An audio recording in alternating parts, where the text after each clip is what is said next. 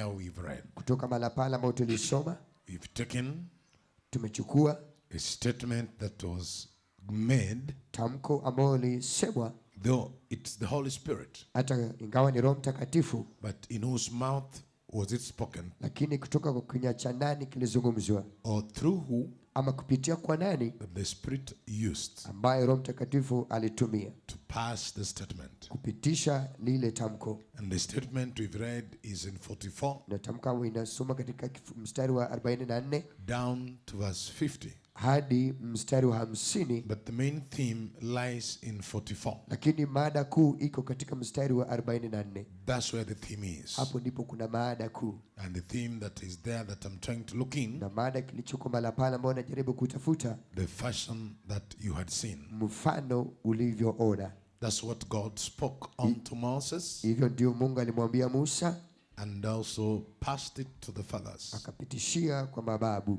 Praise the name of the Lord. Bwana asifiwe. Built it in the fashion that you had seen. Kulijenga katika mfano ulivyoona. Praise the name of the Lord. Bwana asifiwe sana. Now, in what we've read, Kwa kile ambacho tumesoma, this is chapter 7. hii ni kifungo cha 7, And in 7, that's where we are coming across Stephen, na hapo ndipo tunakutana na Stefano, one of the greatest committee members, mmoja wa kamati, and also a good teacher. lakini pia alikuwa ni mwalimu hodari. I always admire him. Huwa namtamani sana. And if there be any ministry, Na kama kuna huduma yoyote, rather a church, a gathering like the one we have, kanisa ama mkusanyo kama hii ambayo tuko nayo, with a committee na kamati which is in the standard that is in the book of Acts chapter 6, ambayo iko katika kitabu cha Matendo ya Mitume 6, then sure we will have a very great revival. kwa hakika tutakuwa na vivyo kuu zaidi. And we can see that committee in chapter Na 6. tutaona hiyo kamati katika kifungo cha 6. That's the first time we are coming across Stephen. Hapo ndipo wakati wa kwanza ambao tunakutana na Stefano. Though I'm not talking about committee, Hata kama siongee kuhusu but kamati, I just want to build my belief lakini nataka tu nilijenge kuamini kwangu, in a way of teaching and encouraging you, kwa njia ya kuatia moyo, kuwafundisha, as well as reminding you. kama jinsi naweza kukumbusha vile vile. If you read chapter 6 of Acts, Ukisoma Matendo ya Mitume kifungu cha 6, a very good move began in chapter 2, mtembeleo mzuri ulianza katika kifungu cha 2, the real apostolic faith, imani ya kimitume, leading many souls. ongoza nafsi nyingi. Just imagine that day one alone, Fikiria tu siku moja peke yake 3,000 were converted to watu God. 3,000 walibadilika kuenda kwake Bwana. How many are aware of that? Wangapi wanajua hayo? That's one single day. Hiyo ni siku moja tu, 3,000 were watu saved. 3,000 waliokoka. That is in chapter 2 Katika kifungo cha 2 of the book of Acts. wa kitabu cha Matendo, When you turn to chapter 4, 3, ukiruka hadi wa 3, it is saying that the number again on the second day of their ilisema preaching, kwamba idadi ya siku ya pili katika hali ya mahubiri, the number was around 5,000. idadi iliongezeka hadi 5,000, That's when I'm not wrong. nisipokosea. I believe that's the number. Naamini kwamba hii ndio idadi. That tells you within 2 days alone, Inakwambia katika siku 2 peke yake, there must not be space sio lazima kuwe na nafasi that they will hold the new converts. ya kwamba wangeweza kushikilia wale ambao Because walibadilika, these people were not financially organized. maana hawakuwa wamejipangilia hali ya kifedha. They are just believers on what they believe is true. Walikuwa miminio tu kwa chochote ambacho waliamini ni ukweli. On the second day, there were 8,000 new converts. Siku ya pili walikuwa ni watu 8,000 waliokoka. Day 3, Siku ya 3 we are not told how many came in, hatujaambiwa kwamba ngapi waliokoka. but what we are being told, Tunachoambiwa, which I believe now is in chapter 5, ambao naamini katika kifungu cha 5, it says that and the number was multiplied. inasema kwamba idadi iliongezeka. Many came. Wengi na wengi walipata kuingia. So that seems that they could not count the day 3 souls that were converted. Nasema kwamba hangeweza kuhesabu wale wote walikuwa There wameokoka. could be 30,000 or Labda ni 20. watu 30,000, 20. So you see a very good move they're moving. Unaona utembeleo mkuu ambao ulikuwa ndani But at yake. the end of chapter 5, Lakini mwisho wa kifungu cha 5, as the number becomes big like what we have wakati here, watu wanapoongezeka jinsi tulivyo nayo hapa, like right now you see the speakers are outside kama sasa unaona speakers ziko kule nje and they are off. na zimezimwa. I don't know if they already put them on. Si kama They're still off. bado zimezimwa. As I hear the Sunday school clapping, Naposikia watoto wa Sunday school wakipiga meaning makofi, anybody who has come late maanisha kwamba yote ambao and amekuja is kichelewa seated na outside, ameketi nje, he cannot hear what is inside. hawezi sikia kilicho ndani. He only have to hear what the Sunday school teacher is Lazima teaching. atasikia tu yale mwalimu wa Sunday school anafundisha. That is a challenge also Hiyo ni changamoto vile vile that you see in chapter 6 katika kifungu cha 6 of the book of Acts. kitabu cha Matendo. Can we have a look at it? Hebu tukaiangalie. And those days when the number of the disciples was multiplied. Na hata siku zile wanafunzi walipokuwa wakiongezeka hesabu So yao you see, not adding but multiplying. kuongezeka. So it may be that Jerusalem alone they had over 100,000. Huenda ikawa katika Yerusalemu walikuwa na watu karibu 100,000. That's my estimation. Hiyo ni katika hali yangu ya kupiga hesabu. Because day 1, 3,000. Siku ya kwanza 3,000, Day 2, 5,000.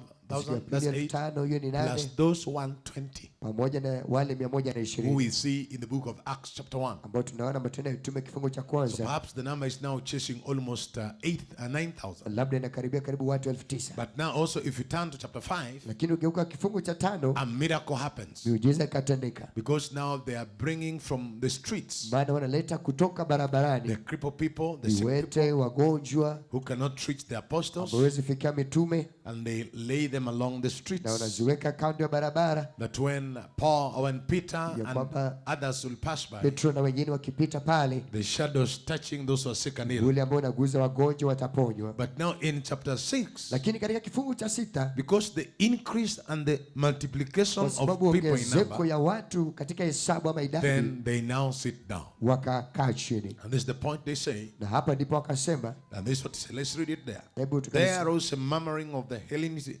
Hellenists against the Hebrews, because their widows were neglected in the daily distribution. Na palikuwa na manunguniko ya Wayahudi na Kiunani juu ya Waebrania kwa sababu wajane wao walisaulika katika huduma ya kila siku. Then the 12 called the multitude of the disciples unto them and said, it is not reasonable that you should leave the table, you should leave the word of God and serve tables. Na wale thenashara wakawaita jamii na wanafunzi wakasema, ipendezi sisi kuliacho neno la Mungu na Therefore, kuhudumu brethren, mezani. pick out from among you 7 men of honest report. Na basi ndugu, chagueni watu 7 miongoni mwenu walioshuhudiwa kuwa wema. And you see the verse 3, that's what an elder should be in the church. Mstari wa 3, kiongozi anastahili kuwa namna hiyo. 1, he must have a good report Kwanza lazima kuwe na habari njema ama ripoti njema from him, kutoka kwake, from his lifestyle, kutoka maishani mwake and the way he carries on. na jinsi anavyoendelea na Part shughuli 2, zake. he must be full of the Holy Spirit. Na ya pili lazima ajazwe na Roho Mtakatifu. And 3, Na la 3 he must be of wisdom. lazima awe na hekima. Sio tu mtu ambaye anaropoka. Must be wise. Lazima awe na hekima. Who is not quick, Si mwepesi give judgments. kupeana hukumu, But it must be somebody who lakini is lazima mtu long in suffering. ambaye ni mvumilivu. He must measure things on Lazima both sides. apime vitu katika vipande vyote. Because you see, wisdom, that's what Solomon said. Maana hekima, ndipo Sulemani akasema, You've given me many people to lead. umenipatia watu wengi nikaongoze, I can't lead them if I have no wisdom. siwezi nikaongoza bila hekima. Then goes, whom we must appoint over this business. Ambao lazima tumchague juu ya mambo haya. But we will give ourselves continually to prayer. Lakini sisi tutajitoa katika You see, maombi. prayer is still given first priority. Maombi bado inapewa kipaumbele, But the church must continue in prayer. kwamba kanisa lazima iendelee kwa maombi. Praise God. Amen. They should not be mixed up. Wasijichanganyishe. So that's now where Stephen comes from. Hapo ndipo Stefano Because anajitokeza. it is Stephen who we are seeing in entire chapter 7. Maana Stefano katika kifungu cha 7 tunamuona mala pale. I really love such a team. Napenda kikundi kama hiki. Look now verse 5. Angalia mstari wa 5. And the saying pleased the whole multitude, and they chose Stephen. Neno hili likapendeza machoni matakatifu na Filipo na wote wakamchagua Stefano. A man full of faith. Mtu aliyejaa imani. Okay, we've seen the other part. Report is good Tumeona kwa report. upande ule mwingine Holy taarifa Spirit yake ni nzuri, wisdom. hekima But na now we are utakatifu. seeing down again. Lakini tunaona chini sasa, Must understand the faith. lazima akapate kuelewa imani. And that one we also see in chapter 1 of the book of Acts. Matendo ya Mitume kifungu cha kwanza tunaliona mala As they pale choose the person who takes the place of Judas. wanapochagua mtu kuchukua mahali pa They're Yuda. saying he must have been with us from John the Baptist. Wanasema kwamba lazima awe nasi kutokea Yohana Beyond Mbatizaji, Jordan. zaidi ya Yordani. Thus the just shall live by faith. Wenye haki wataishi kwa imani. He must have been with us when Jesus came and left. Lazima kuwe na sisi wakati Yesu alipokuja na kuondoka. That's meaning the blood. Maanisha damu. And then 3 Kisha is la when we tatu, can go with him into the stage of the Spirit. hapo ndipo So meaning the message must be preached kumaanisha ujumbe lazima to uhubiriwe justify you. ukuweke. Praise the name of the Lord. Amen. Then 2, Na kisha la pili, you must be sanctified. lazima ukatakaswe. To be sanctified is to Kutakaswa believe inamaanisha ni purely kuamini in the redemptive plan katika mpango ya ukombozi that Jesus fulfilled on the cross. ambapo Yesu alitimiza msalabani. You must come into that. Lazima ukaingilie kwa hayo yote. You see, even a man by the name of Cornelius Mtu ambaye could not be Holy Ghost filled hangeweza kujazwa na Roho until the cross is preached to him. hadi msalaba And akahubiriwa. when you see the entire book of Acts, Unapoona kitabu cha Matendo ya Mitume, emphasis is in the book, is in the msisitizo cross. katika ni msalaba. Paul says, Paulo I anasema, never came with excellent mimi words, sikuja na maneno matamu, but I brought you the gospel of the lakini cross, kuletea injili ya msalaba, where God meets man. ambapo Mungu kutana na binadamu. When you turn into also the book of 1 Timothy, Kitabu cha Timotheo waraka wa kwanza, God requires all men to be saved Mungu anaitaka watu wote and wakapate to come kuokoka, to the knowledge of truth. wakapate kufahamu ukweli. And what is the truth? Na ukweli ni Jesus Christ Yesu is Kristo. the mediator Yeye ndiye mpatanishi between man and God. kati ya binadamu na Mwenyezi Mungu. Right on the cross of Calvary. Pale msalabani When Kalvari, Jesus died, wakati Yesu he alipokufa reconciled you akakupatanisha back to God. urudi kwake Mungu. So here faith is important. Hapa imani ni ya maana sana, And also being full of the Holy na Spirit. tena kujazwa na Roho Because some Mtakatifu. has faith Maana wengine wako na imani but don't have the Holy Spirit. lakini ukosefu wa Roho.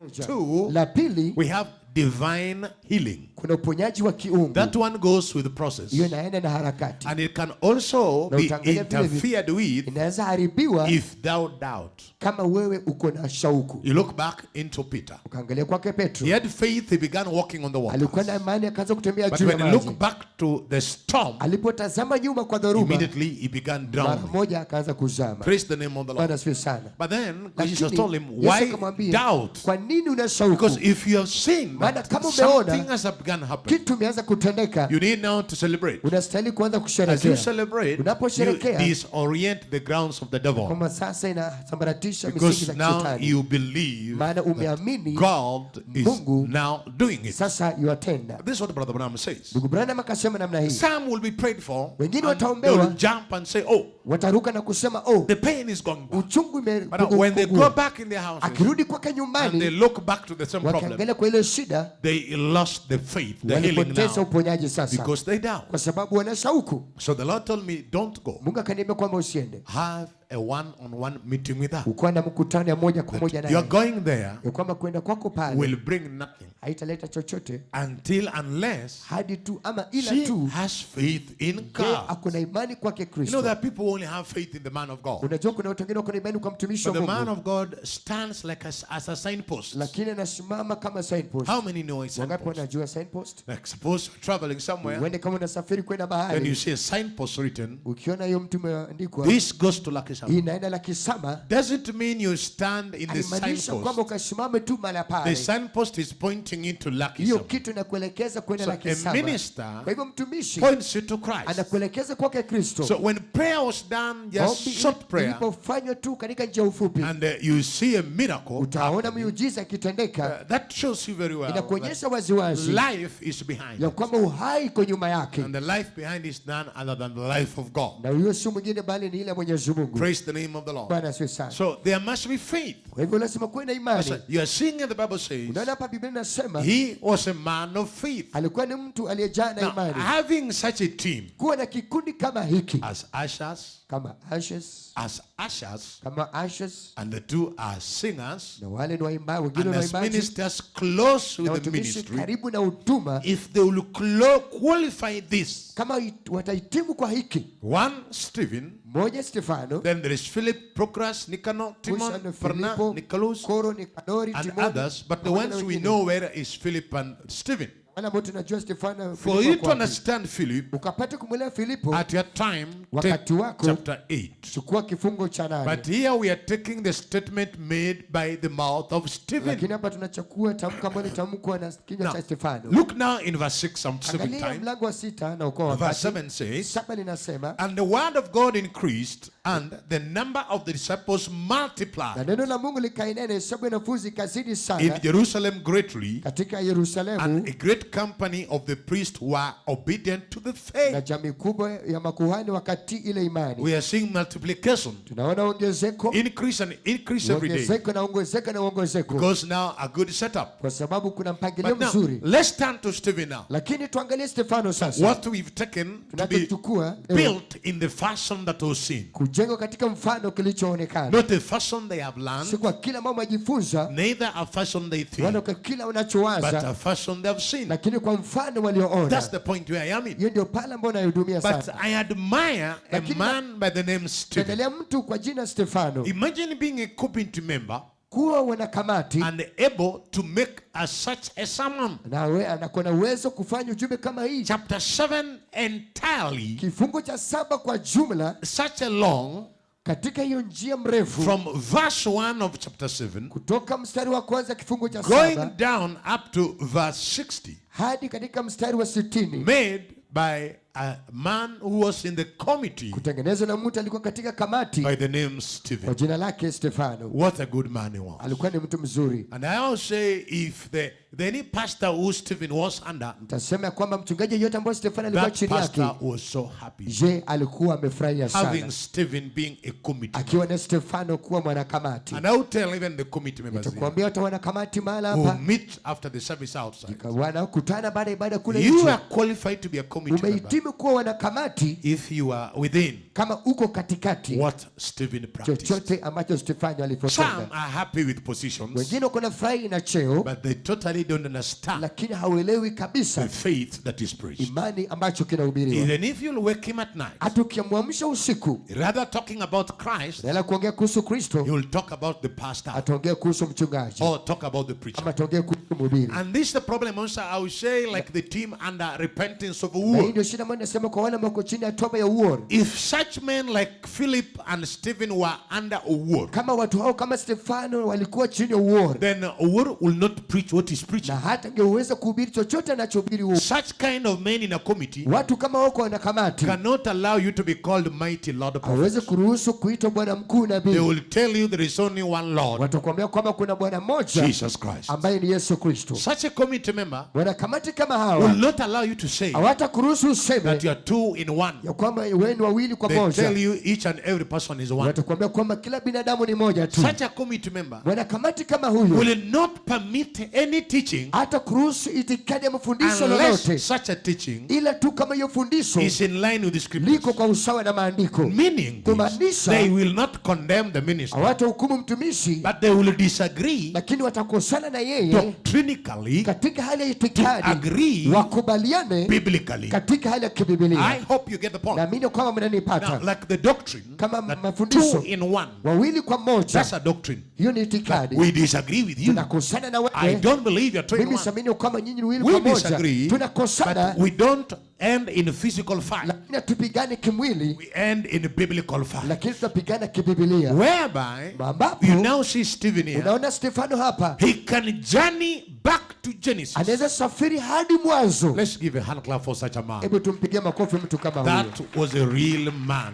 Alikuwa ni mtu kweli who qualified aliyehitimu to sit where these men are sitting. kukaa pale ambao watu Who wanakaa, qualified aliyehitimu to sit where these people are sitting. kukaa pale ambao watu wanakaa. He could travel back. Angesafiri hadi nyuma. Now you see what he begins here. Unaona naanza kusema nini? Look at verse 8. Angalia mstari wa And 8. Stephen, full of faith and power, Na Stefano akijaa neema na uwezo, did great wonders and miracles among the people. alikuwa akifanya maajabu na ishara kubwa katika Imagine a watu. committee member conducting a healing service. Mwanakamati kuwa na ibada ya uponyaji. Can we clap our hands for such committee member again? Pigia makofi mwanakamati kama A huyo. committee member having a healing service. Mwanakamati kuwa na ibada ya uponyaji. Praise the name of the Lord. Bwana asifiwe A sana. committee member Mwanakamati in whichever department katika sehemu yoyote he is having a miracle service. yako na ibada ya He's miujiza, praying for the sick. anaombea wagonjwa, He's pointing them to the message of the hour. anaelekeza katika ujumbe ya wakati. Not just sitting and Sio drowsing kukaa tu in the na seat, kusinzia but kwa you are kiti. waiting for the healing Kama pool. unasubiri No. ibada ya uponyaji, Lining every preaching kujiweka kila with mahubiri what you kwa know chochote and unapojua what you need to na know. chochote ambacho unastahili kujua. Now we are seeing him having Tunaona a akijaa miracle service, ibada ya miujiza, great wonders and miracles among the people. maajabu katikati ya And the watu. Bible says he did them.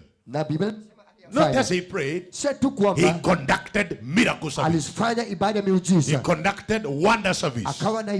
He conducted healing service. The Bible said that he prayed for the sick. He did.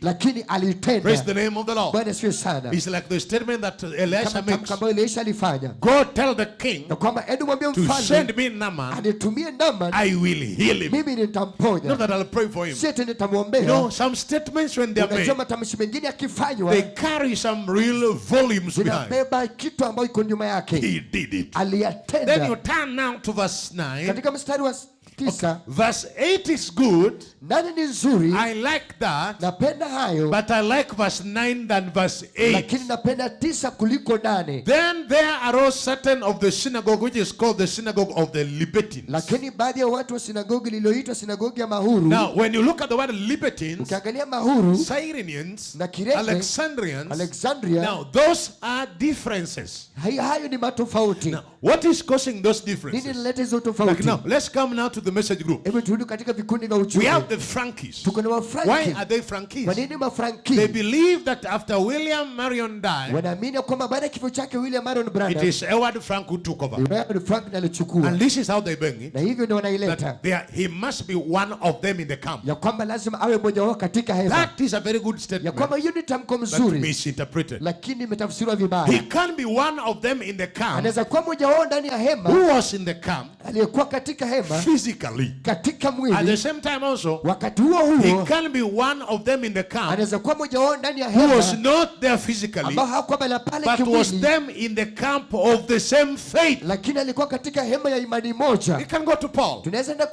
Paul was not among the 120.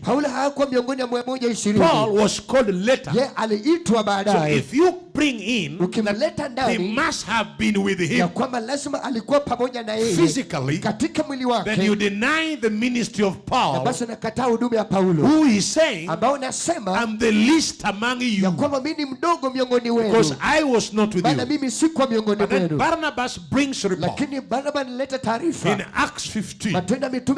He's telling the committee or the council in Jerusalem, brothers and sisters, verse 15, chapter verse 15, he who we ate with, who John laid his head on his lap, the one who we slept with, the one we were with in Lake Galilee. No, Paul was not there, but the same things we witness with him right happening in the camp of Paul. So the Bible says in Galatians chapter 2, then the council in Jerusalem, they gave Paul a rightful hand of fellowship, that he who they were with for sure and assuredly has met Paul. So the Frankies will propel that to back their faith. Then you come to the Branhamites in line with Joseph. His birthday was 15th just of this month, just last week if I'm not wrong. And I could see the comments as the prophet said.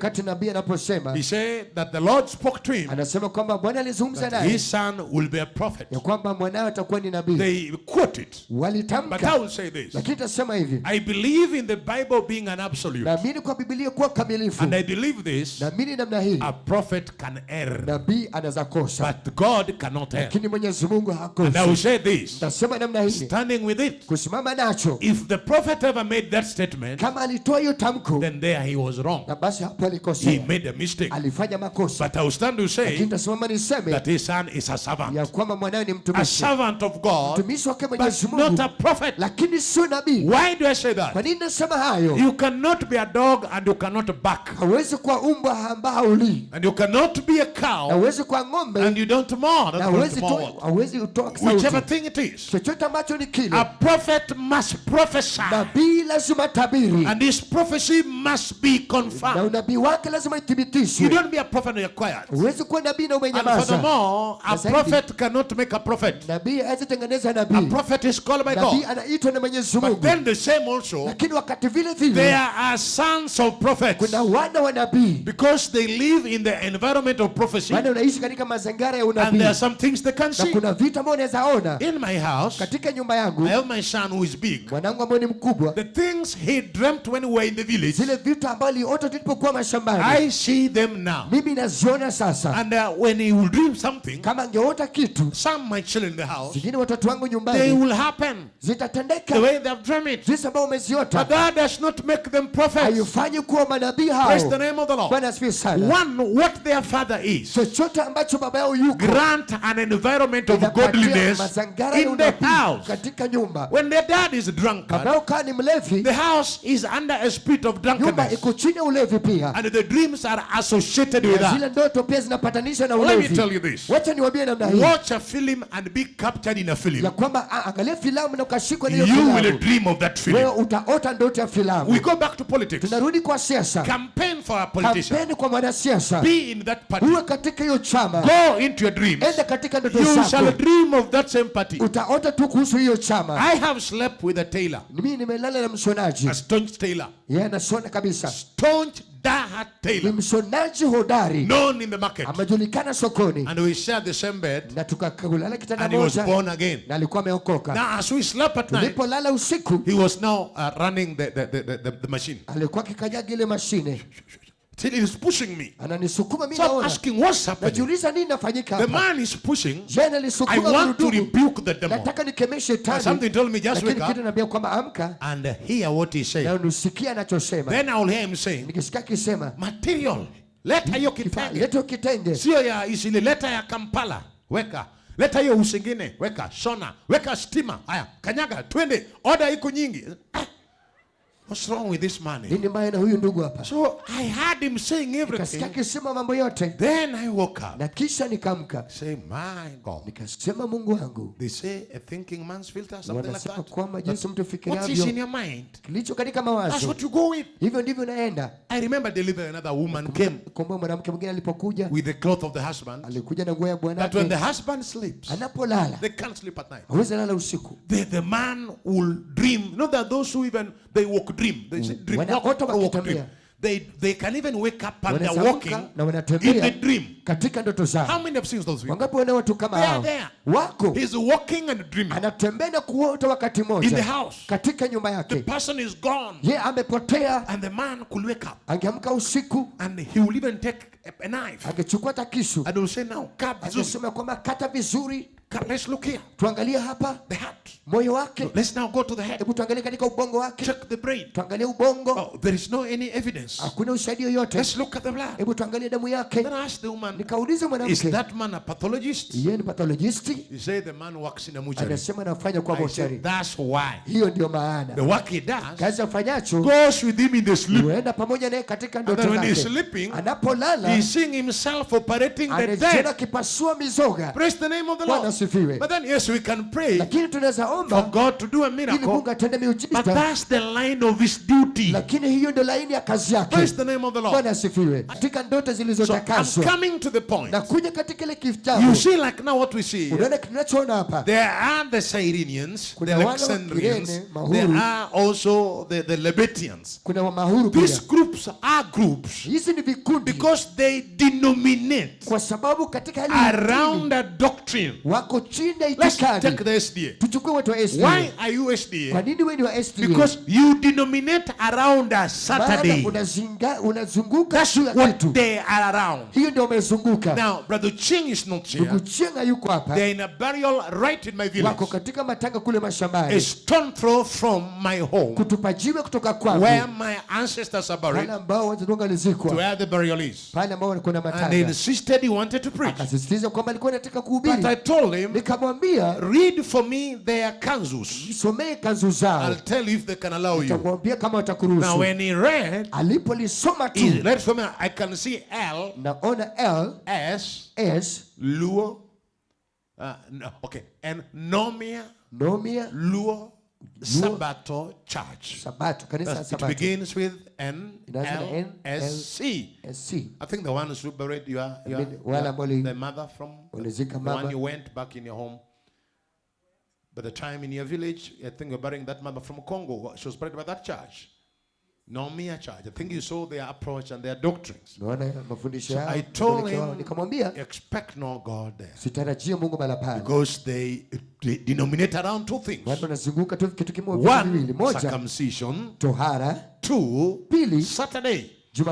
So every denomination or group, there is a doctrine they denominate around. So the Nomia will denominate around circumcision and Saturday. The SD will denominate around Saturday to be kept holy. There is no day you can keep a day holy. Praise the name of the Lord. Jesus never came to die for a day. So you see Stephen, even though they have their doctrines, but let's jump to verse 10. Though they had doctrines, but they were not able to resist the wisdom and the spirit by which he spoke. Another Bible says they could not dispute him in what he stood for. We need men and women of God who cannot be disputed in the very faith they confess. I saw another woman came to me. He told me, I'm supposed to go for cesarean, and the doctors have insisted, but I stand on the ground that my faith of divine miracle cannot be disputed by the hospital. Though the two other deliveries were by shares, but the third one in the name of Jesus, no medical report shall dispute it. Until I said, don't copy my faith. I believe you stood by that. And she stood by it. By the time she was talking to the hospital, she stood in prayer. The man of God now pray with me. And the Bible says when two agree, what they say is going to happen in the name of Jesus. And we pray the same way. After 5 minutes, when the doctors were bringing the uniform that she can be taken to the theater, the child was already down. That is a real faith. Spoken and confessed. And 3, demonstrated practically that this is what she meant. So this is the kind of Stephen. And I will challenge. And I will pray that within this time, in such a gathering, we need such kind of brothers and sisters who there is nothing that can dispute of the very faith they have. Whether they can encounter challenge outside. In the absence of this meeting, those challenges cannot argue out of what they know of the faith. It's like Moses standing along the Red Sea, and the sea is before him, and behind him there is Egyptians, and out of 600,000 men, excluding the number of women and the children and the 18, and then a voice comes from many. Why do you bring us to die here? There are no good many graves in Egypt. But hear what Moses said. Stand still and see the salvation of God.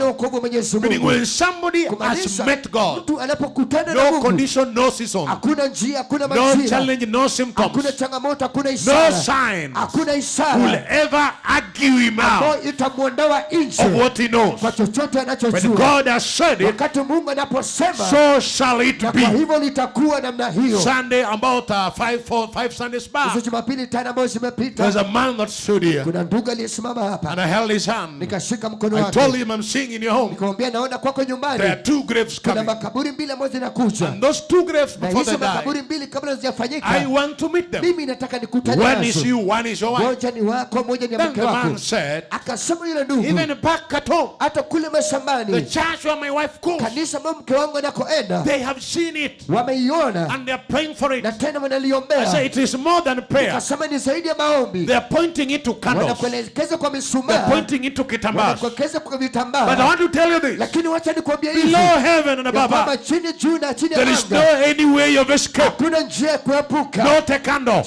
Not a rosary. Not my church or church. Kanisa langu, kanisa lako. But the name of the Lord Jesus jina la Bwana Yesu is Kristo. a mighty tower. I want both of you to point to Jesus. Nataka nyinyi nyote mwelekeze kwa Not to Yesu. point to myself. Sio kujielekeza kwangu mimi. Come with your wife before one weekend. Kama Jona mke wako baada ya kumweka kuicha. I think it was brought by Sister Grace Orwa. Aliletwa na Dar Grace Orwa. And the man went and said, akarudi na kusema, his pastor from the God's Last Appeal Church mchungaji wake wa kanisa lake said we have to make some 40 days prayer. Alisema lazima tufanye siku 40 za maombi. Before 40 days ended, kabla siku 40 kuisha, because me said I want to see within 1 week. Akasema kama nataka nikuone baada ya wiki moja. The man died after 1 week. Alikufa baada ya wiki moja. So when they came last Monday, walipokuja Jumatatu ilipopita, Grace told the wife, Grace alimwambia mke wake, this thing was said in the church when I saw with my eyes. Nilipoona na macho yangu nikasikia. Let's go there. Wacha tuende mahali pale. And the woman was standing there. Mwanamke alikuwa amesimama hapa. And then I told her, nikamwambia, I'm saying something wrong. Where's your husband? Kitu kibaya, mume wako yuko wapi? In the mortuary. Ako mortuary. You're also following now. Atunafuata sasa. Unless you're born again. Ila tu ukaokoka. The spirit of death following you. Bwana kuna roho ya kifo inakufuata. Praise the name of the Lord. Bwana sifiwe. Now when you turn to this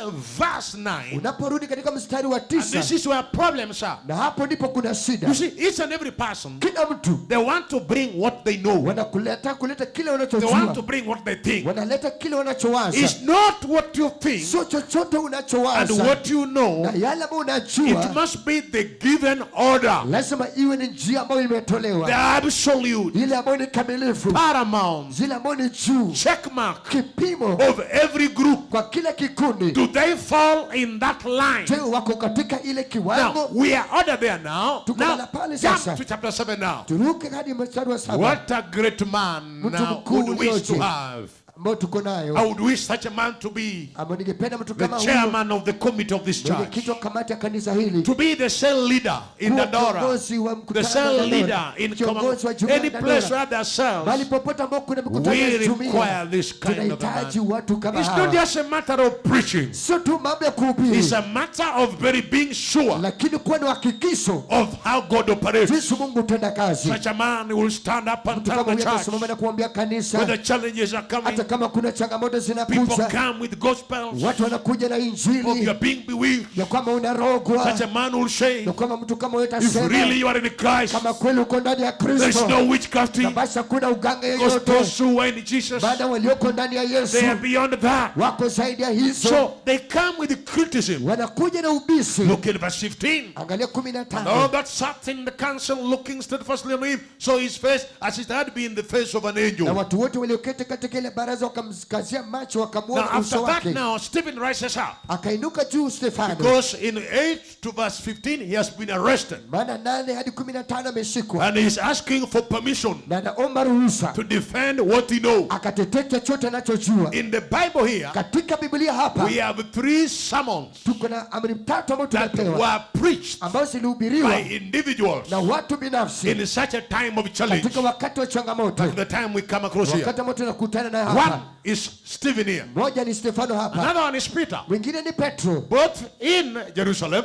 Kule Yerusalemu. When arrested after the crippled man rose up. Aliposhikwa baada ya kiwete kuamka. To tell them very pure. Kuambia kwa kweli. And there is no name below heaven. Hakuna jina hapa chini. That this man stands delivered. Huyu mtu anasimama kukombolewa. Apart from the name you rejected. Isipokuwa jina ambalo umekataa. And third is Paul. Na tatu ni Paulo. Right in the court with the chains. Alipokuwa kotini na minyororo. In the book of Acts 26. Matendo ya Mitume 26. To speak boldly. Akanene kwa ujasiri. Of what he knows. Kwa chochote anachojua. Now when we turn back here now. Let's now jump to verse 44. Hebu turuke hadi mstari wa 44. We are now in the fashion of the forefathers. Tuko katika mfano wa babu zetu. There he makes a very good point. Hapa kuna kitu anachosema kizuri. As a preacher it lingers in my mind. Kama mhubiri inakaa mawazoni mwangu. And it brings a lot. Na inaleta mambo mengi. It can break and break and bring and bring. Katika vipande na so many elements. Katika vipengele tofauti. Touching the principles of our our faith. Kanuni za imani yetu. And look what he says now. Angalia anasema nini mahali pale. Our fathers had the tabernacle of witness in the wilderness. Ile hema ya ushahidi ilikuwa pamoja na baba zetu jangwani. First he points at the fathers. Anaelekeza kwa babu zetu. Not of any country. So taifa lolote. Not of any nation. So nchi yoyote. Specifically. Haswa. He's speaking about the Jews. Anaongea kuhusu Wayahudi. Chosen people. Watu waliochaguliwa. If you want the best religion. Ukitaka dini nzuri. Of all religions. Katika dini zote. The Kikuyu religion is fake. Ile Kikuyu ni bandia. The Luo religion is fake. Ile Wajaluo pia ni bandia. The Luya one is fake. Ile Wajaluo pia ni bandia. The Kamba is fake. Wakikamba ni bandia. The one of Mecca of Islam. Ile Mecca Islamu pia is fake. Hiyo pia ni bandia. But the one of Israel. Lakini ile Israeli is the best of all. Ile ni nzuri kwa yote.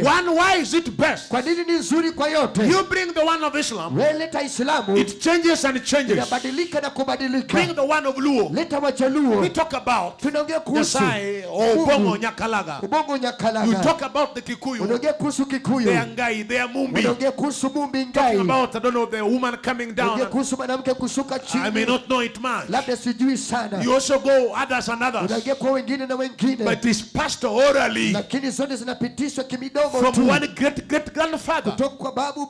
You can come to Luanda Magere. Nakuja kwa Luanda Magere. Great soldier. Alikuwa na mwanajeshi. Leagued of the Luo. Hadithi wa Jaluo. In their beliefs. Katika hali yao kuamini. But you cannot vindicate him. Lakini huwezi kudhihirisha. He was a mighty man. Alikuwa ni mjitu. Nobody could kill him. Hakukuwa na mtu wa kumuua. And one day. Na siku moja. This was the secret they bring in. Hapo ndio siri ambayo analeta. How a woman will know about you. Jinsi mwanamke atajua kukuhusu. And wives will always keep secrets. Wanawake wataweka siri. So his wife was told. Mke wake aliambiwa. Leak for us the secret. Kwamba tupatie siri zake. The same power. Zile nguvu zile. The same vindication. Zile udhihirisho. Happens in Joshua. Ikatendeka kwa Yeshua. When Joshua died. Yeshua kafa. Comes Samson. Inafika kwa Samsoni. The same thing. Zile vile tu. Comes Gideon. Inakuja kwa Gideon. The same thing. Zile tu. These messengers died. Wajumbe wakapita. Then comes David. Inakuja kwa Daudi. The same thing. Ikatendeka vile. They die again. Wanakufa tena. Time. Wakati na wakati. Then at the right time. Basi wakati after 2000 years. Then Paul says. Jesus Christ is the same. Yesterday. Today. And forever. That is not a fable. You cannot vindicate this. It cannot confirm itself. It has no lie. You bring me the ones that the Kikuyus believe. The story of Mumbi. The story of Ngai. It is dead. It is past tense. But the one we are talking of, even today as we are here, it can repeat itself. That is to tell you, the messenger can die, but the message Jesus, it can never die. It is the same yesterday, today, and forever. Praise the name of the Lord. So we can see it in Stephen. Look now, Stephen goes back. Our forefathers. I can also bring it back. How the Luos left Sudan. As we go in the story, how the Bantus left the Congo Basin. But let me tell you, any belief they brought, they were Gentiles. In the days of ignorance, they could worship anything. But today, all religions, they have been tested. But there is only one who has proven to be the best of all. The one we are preaching, Jesus Christ. Yes, he died. He was buried. On the third day, Jesus rose. And even today as we hear, Jesus is alive. Hallelujah. So let's turn back there. The fashion of our forefathers. It says down after says, our fathers had the tabernacle of witness in the wilderness. The fathers who are mentioned there were the Jews. I'm not talking of any tribe. When it comes to matters of faith, put aside what our tribe says. The Jew had the best religion, walikuwa na dini nzuri, the perfect religion ile of dini all. kamilifu kwa yote. None can match it. Hakuna wa kulinganisha nayo. You bring the one of Luanda Magere, leta Luanda Magere, past tense, kimepita. nobody can authenticate it. Hakuna mtu ambaye anaweza thibitisha. But you come to me here, lakini kuja kwa mimi hapa, the one of Abraham, yule Ibrahimu, who could not have a child ambaye hangeweza kuwa na for mtoto very, very many years. kwa miaka mingi zaidi. Abraham is not there. Ibrahimu hayuko. But here we have lakini hapa tuko women who stood where Sarah stood. And as we stand now, they are telling you, without the God of Abraham, they will not be mothers. They are mothers today because of God of Abraham. Meaning that thing is continuing. It has not changed. It goes on. So the best faith, when it comes to matters of godliness, you get it from the Jews. The Jews had the best one. Why was it the best? From their forefathers. We can begin from Abraham, whose wife was barren, could not have a child. But one day he met him, and he told him, Abraham, when I shall come back, I will find your wife Sarah pregnant. And Sarah back in the tent, she laughed. Me, barren woman, 75 years, I've reached already menopause, no more child. And then the Lord said, why did Sarah laugh? That was enough for Sarah to be killed, because it was the days of the Lord. But because of circumcision that was in Abraham, he was not killed. Even you here, all should be killed. But because of the Holy Ghost still in the church, we cannot still be killed till the Holy Ghost will be taken out. Before it is taken out, you can laugh and mock. God can still forgive you. Then after some time, Sarah conceived. But you see in that God, the God of Abraham. Then come to Isaac. The wife was pregnant. People fighting in the womb. She went for prayers. And the voice told him, you carry two nations. The younger will be great, and the bigger will be a slave unto him. And that's why today, I hear recently, Erdogan, the president, or the president of Turkey, declared that the Muslims or the Islam countries should gang and wipe away Israel. They are prepared for a rude shock. Israel cannot be destroyed. Praise the name of the Lord.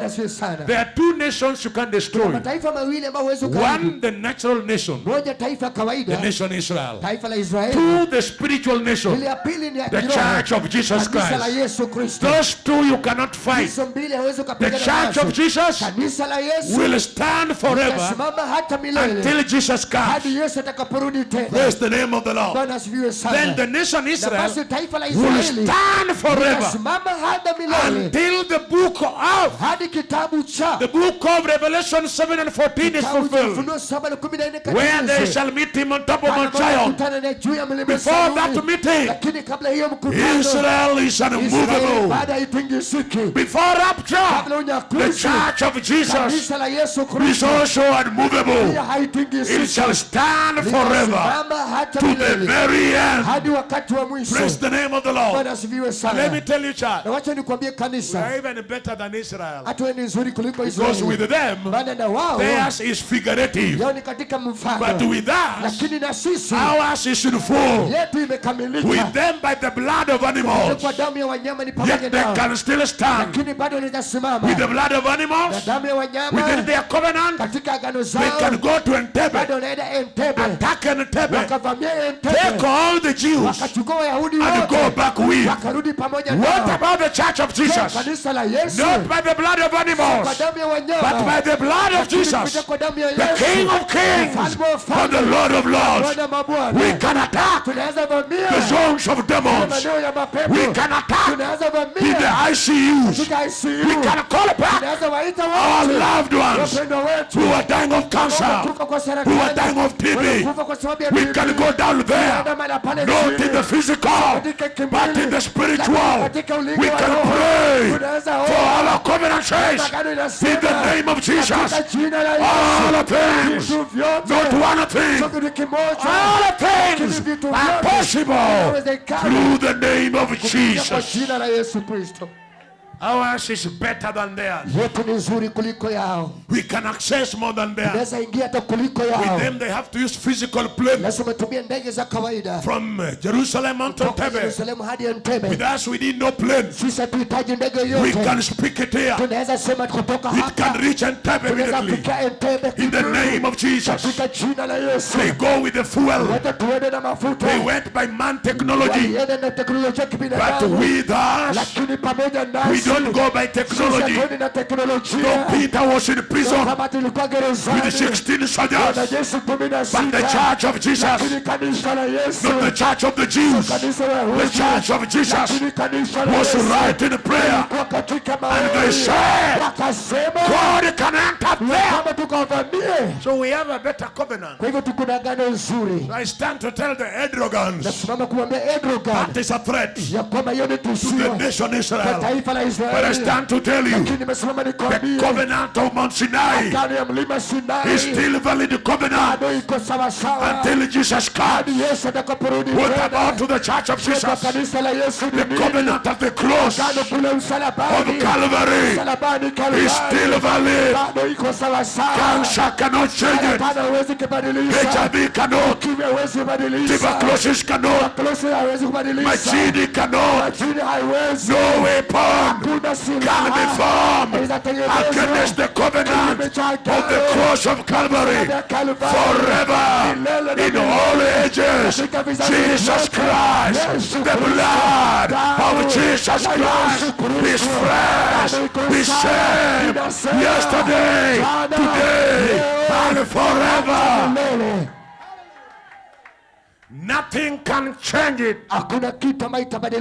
He watches over his word. That's why Shadrach, Meshach said, you know what, Daniel? We are not Babylonians. We are the Jews. And you also say, we don't belong to SD and Catholic. We are sons and daughters of God. And the Bible says, he came to his own rejected him.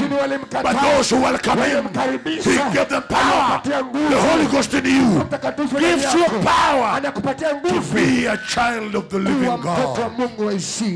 I can see that in Stephen.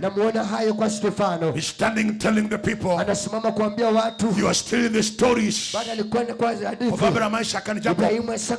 But with us, we are right in the cabinet.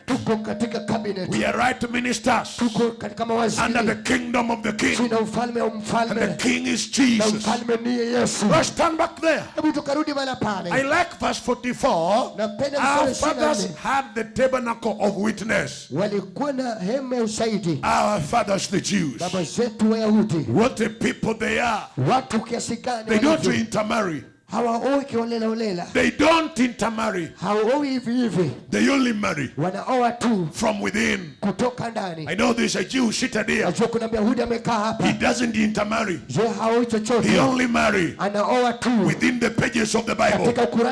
His marriage is right in the word. He does not deviate from the very, very word. That's why his marriage is. Because Jesus is the word. And the word Jesus is the husband to the bride. So they must keep that faith pure to the very end. Our fathers had the tabernacle of witness. The nation Israelites, those who were ordained by God. But through that nation, with the 12 tribes, there shall come the Messiah, the Redeemer, the Savior, only Savior to all, will come among the Jews, waiting for him to come. wakisubiri aje. Years and years. Miaka na mikaka. The Luos knew nothing. Wajaluo hawakujua chochote. They were walking naked. Walikuwa kitembea uchi. Just with the skin. Na ngozi tu. Covering your back and front. Kufunika mbele na nyuma. Up was naked. Juu ilikuwa ni uchi. But I stand to tell you. Nimesimama nikwambie. The fear of the Lord. Kwamba kumcha Mwenyezi Mungu. Is the beginning of wisdom. Ndio mwanzo wa hekima. At the time we were walking naked. Wakati ambao tulikuwa tukitembea uchi. The Jews have silk clothes. Wayahudi walikuwa na nguo zao. Because they know God. Maana walimcha Mwenyezi Mungu. Let me tell you my brother. Wacha nikwambie wapendwa. Where God is known. Pale ambapo Mungu hayuko. People are wise. Watu wanapotea. And I stand to tell you. Nimesimama nikwambie. There is no any country. Hakuna taifa lolote. With the best scientists. Ambao kuna sayansi Than wazuri. the nation Israel. Kuliko taifa la Israeli. When you come to atomic power. Unapokuja katika nguvu za vilipuzi. To the military war. Kajeshi zote. That comes among the Jews. Inatoka miongoni wa Yahudi. The America cannot match it. Amerika hawezi linganisha nao. The Jews are the superpower. Wayahudi ndio superpower. When it comes to military. Inapokuja kwa ujeshi. A very small country. Taifa ni ndogo sana. They are very wise. Lakini wako na hekima. I stand to tell you. Nimesimama nikwambie. We are small people. Kwamba sisi ni watu wadogo. Right in Jesus Christ. Yesu Kristo. But you must be wise. Lakini lazima uwe na hekima. Not of your knowledge. Sio kwa sababu ya masomo yako. But by the Spirit of God. Lakini kupitia kwa roho ya Mwenyezi Mungu. Why did Russia become superpower? Kwa nini Russia ilikuwa superpower? The men who were making the military whatever they arms.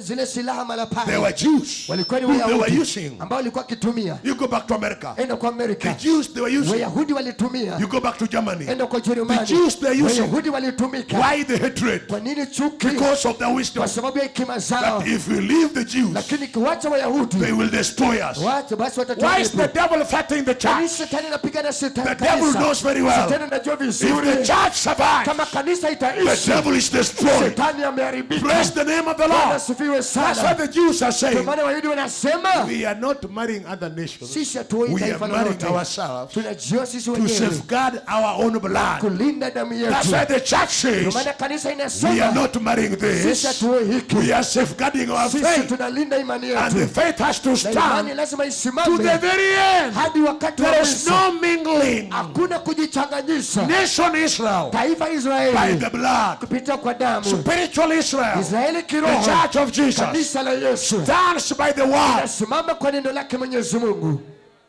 Never shall they take anything outside the word. Hawatachukua chochote nje hilo neno. Hitler says if they are refusing to marry others, wakikataa kwa wengine, we kill them. Tutawaua. And they were placed in the gas chambers.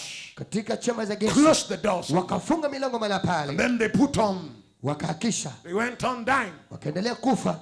The cargo, all the lorry closed behind. When it reaches there, ikifika mala pale, all are dead. Wote wamekufa. Nation Israel. Taifa la Israeli. They're not many, they're few. Hawakuwa wengi, walikuwa wachache tu.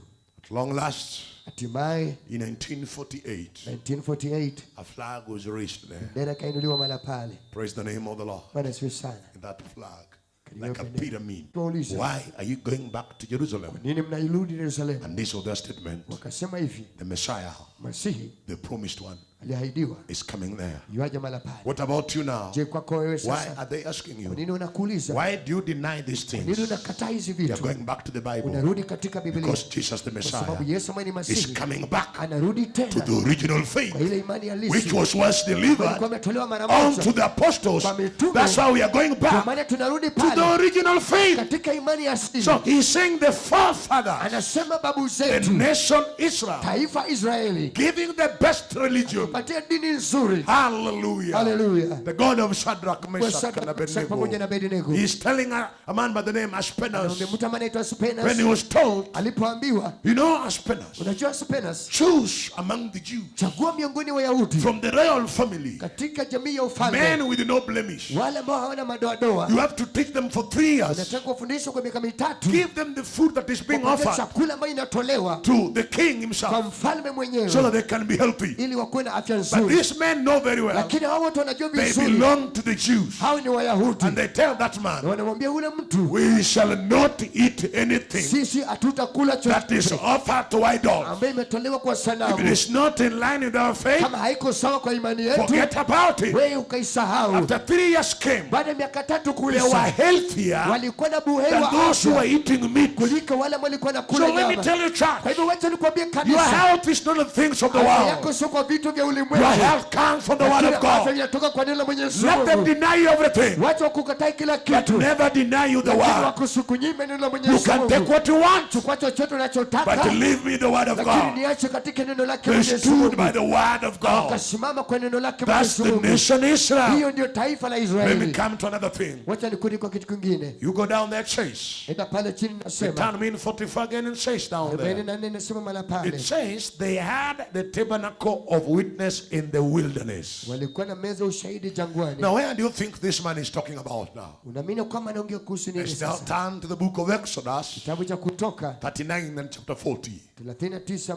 We call it the tabernacle of witness. Hema la ushahidi. Tabernacle. Another word, tent. Maskani of witness. Some call it temple, but not yet a temple. A temple is built permanent, but that one was a tent. The word tabernacle means a covering. Covering them there. Now here, they're talking of it. Now check it. Forefathers told to build. Take me there, brother, on the wall. Exodus 39. Is it off? Is it off? It has a problem. Okay, we move on. Our fathers had the tabernacle of witness. Now in 39 of the book of Exodus, in the last verses. If you're there, take me. Amen. In the name of Jesus Christ. If you're there, say amen. Amen. Exodus 39 in verse 42. It says, according to all that the Lord commanded Moses, so the children of Israel did all the work. Then on the other side, Stephen says, God gave them a tabernacle of witness. And I picked a word down there. Build it in the fashion that he saw. And now what we saw Stephen talking of is what we are seeing now in 39 of the book of Exodus. Now from 37, from 36 of Exodus, all the materials of building it are gathered. I repeat, all the materials that are used in building it are gathered. Now our age, the materials for building our faith were gathered by the apostles. I come number 3. I go back number 1. Moses gathers all materials for building the tabernacle. Those materials are to carry to the end. You will see gold there. Gold. What is gold? Say me. You there. 2. You see brass, meaning judgment. Jesus shall be judged. You see 7 lampstands. 7 lamps in one lampstand, representing 7 church age.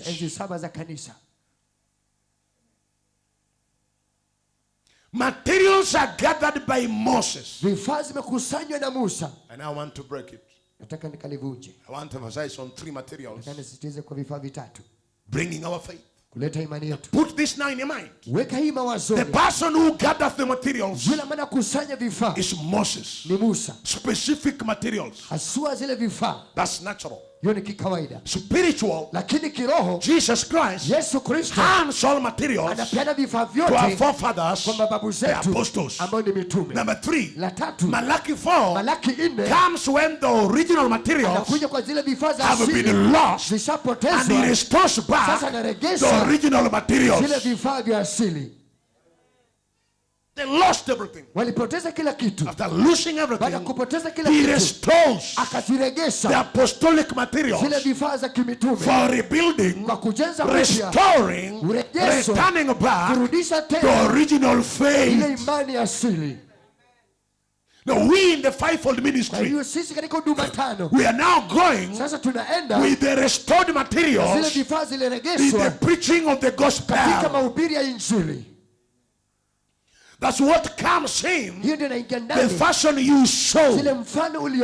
Let's now pick them now. One, handed over.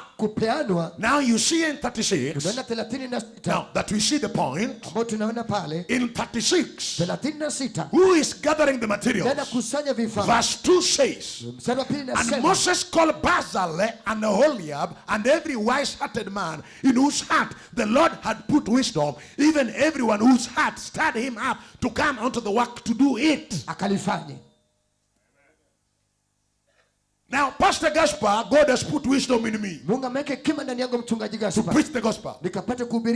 My brother here and my brother seated here, the likes of the pastors in front who minister, praise God, God has put a spirit in them in building the tabernacle. The tabernacle.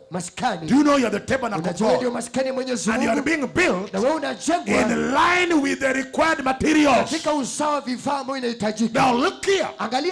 These men were not with Moses on top of the mountain, but God spoke with them either in a dream when they are sleeping.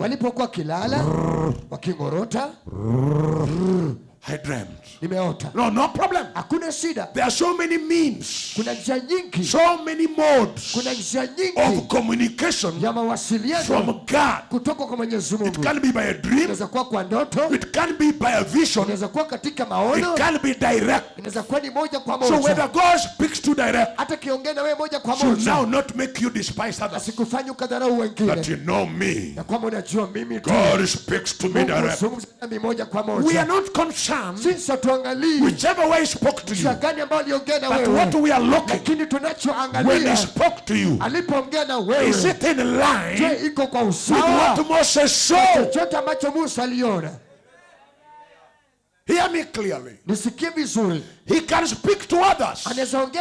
Like now here, we are seeing that too many has chosen. Maybe in Lakishama, he may choose a Willie. In Lakishama, he may choose a Pondo. He may choose Brother Mwangi. Or choose Brother Migwi. They are chosen after a setup has been laid. An order has been put. And as I say the word order, take in consideration 1 Corinthians chapter 3 in verses 11. A foundation has been laid, and no other foundation should any preacher come in twist the laid foundation. Twist the foundation that has been laid. In the point we are going on, as Stephen says, in the fashion that you saw. Now look here. Two men has a vision. Yeah. He can have a vision. He prays so mightily. She can have a vision. She prays so mightily. He can have a vision. She prays so mightily. But remember Paul. Anybody building again, meaning anybody with another vision, with another dream, with another word revealed to him, let it know that foundation is laid once.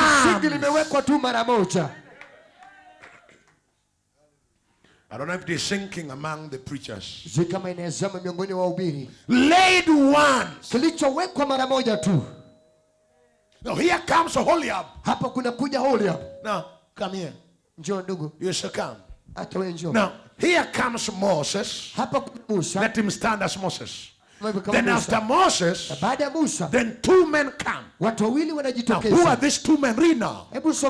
My Bible says in verse chapter 36, verses 1 says, Bezalel and Oholiab are chosen.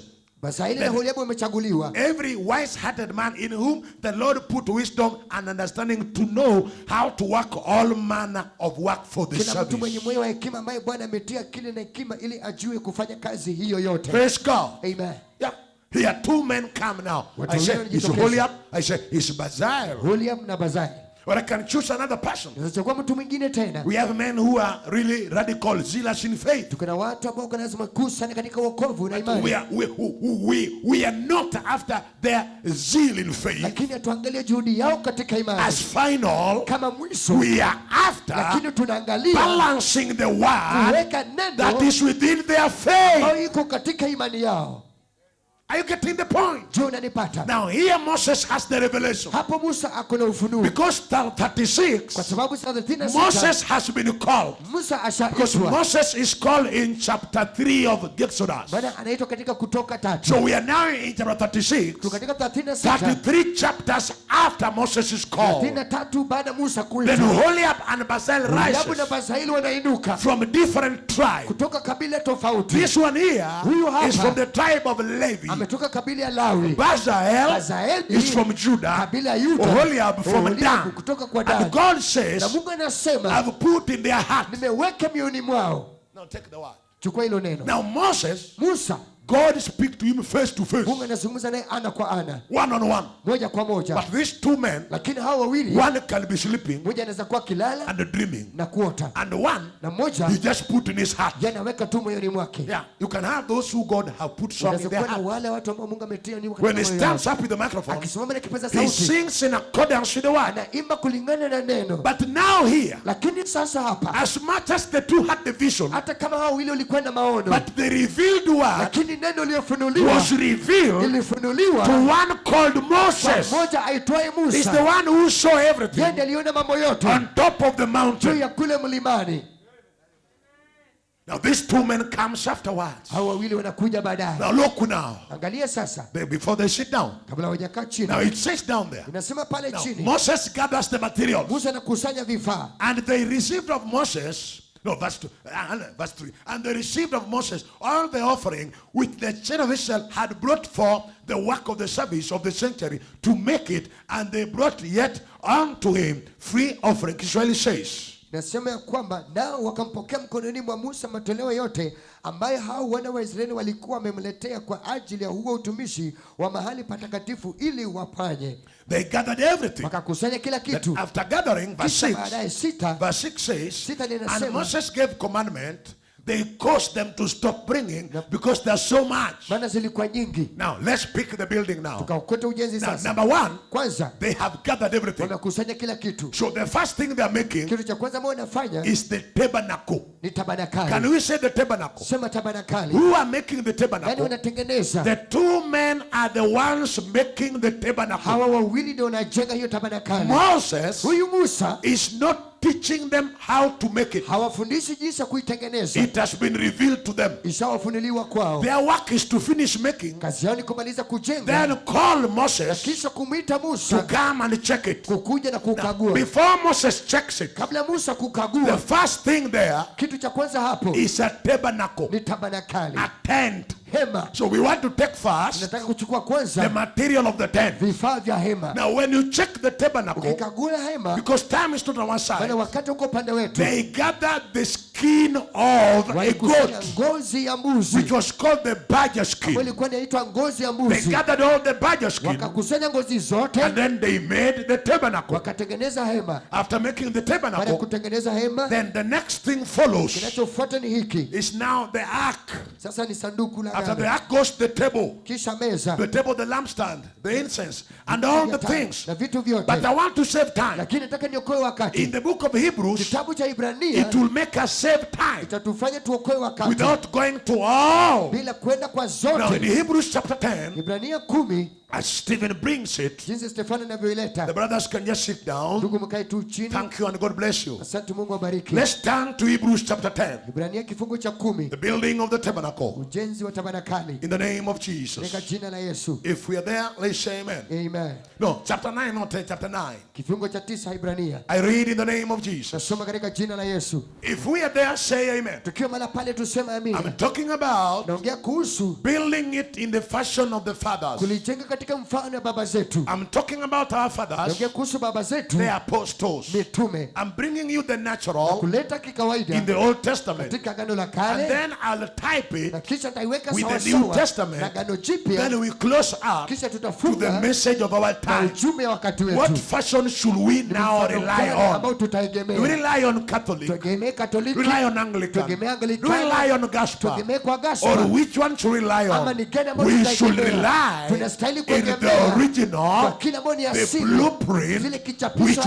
halisi, laid ambayo iliwekwa not by sio man, kwa but binadamu, laid by God. lakini iliwekwa na Mwenyezi Mungu. Kwa Why? nini? Because our faith, maana imani we yetu never rely hatuegemei on stories kwa that vitendawili are made ambazo by zimetengenezwa forefathers, na mababu but zetu, we rely lakini tunaegemea on what Moses kwa chochote ambacho saw Musa in Genesis, aliona kwa Mwanzo, Exodus, Kutoka, in the book of kitabu Leviticus, cha Walawi, Numbers, Hesabu, Deuteronomy. Kumbukumbu la Torati. In those books, katika hizo vitabu zote Moses met him. Musa alikutana naye In Genesis, kule Mwanzo. he is Yeye ndiye represented mwakilishwa by Joseph. na Yusufu. He's the man Yeye ndiye in yule the prison. katika gereza, One on the left, upande mwingine, one on the right. upande The mwingine, baker na yule and the wine dresser. kutengeneza divai. In Exodus, Kutoka, the Passover lamb. yule mwana kondoo wa Pasaka. In Leviticus, katika Walawi, it's the very fire yeye ndio moto that ule lit the sacred altar.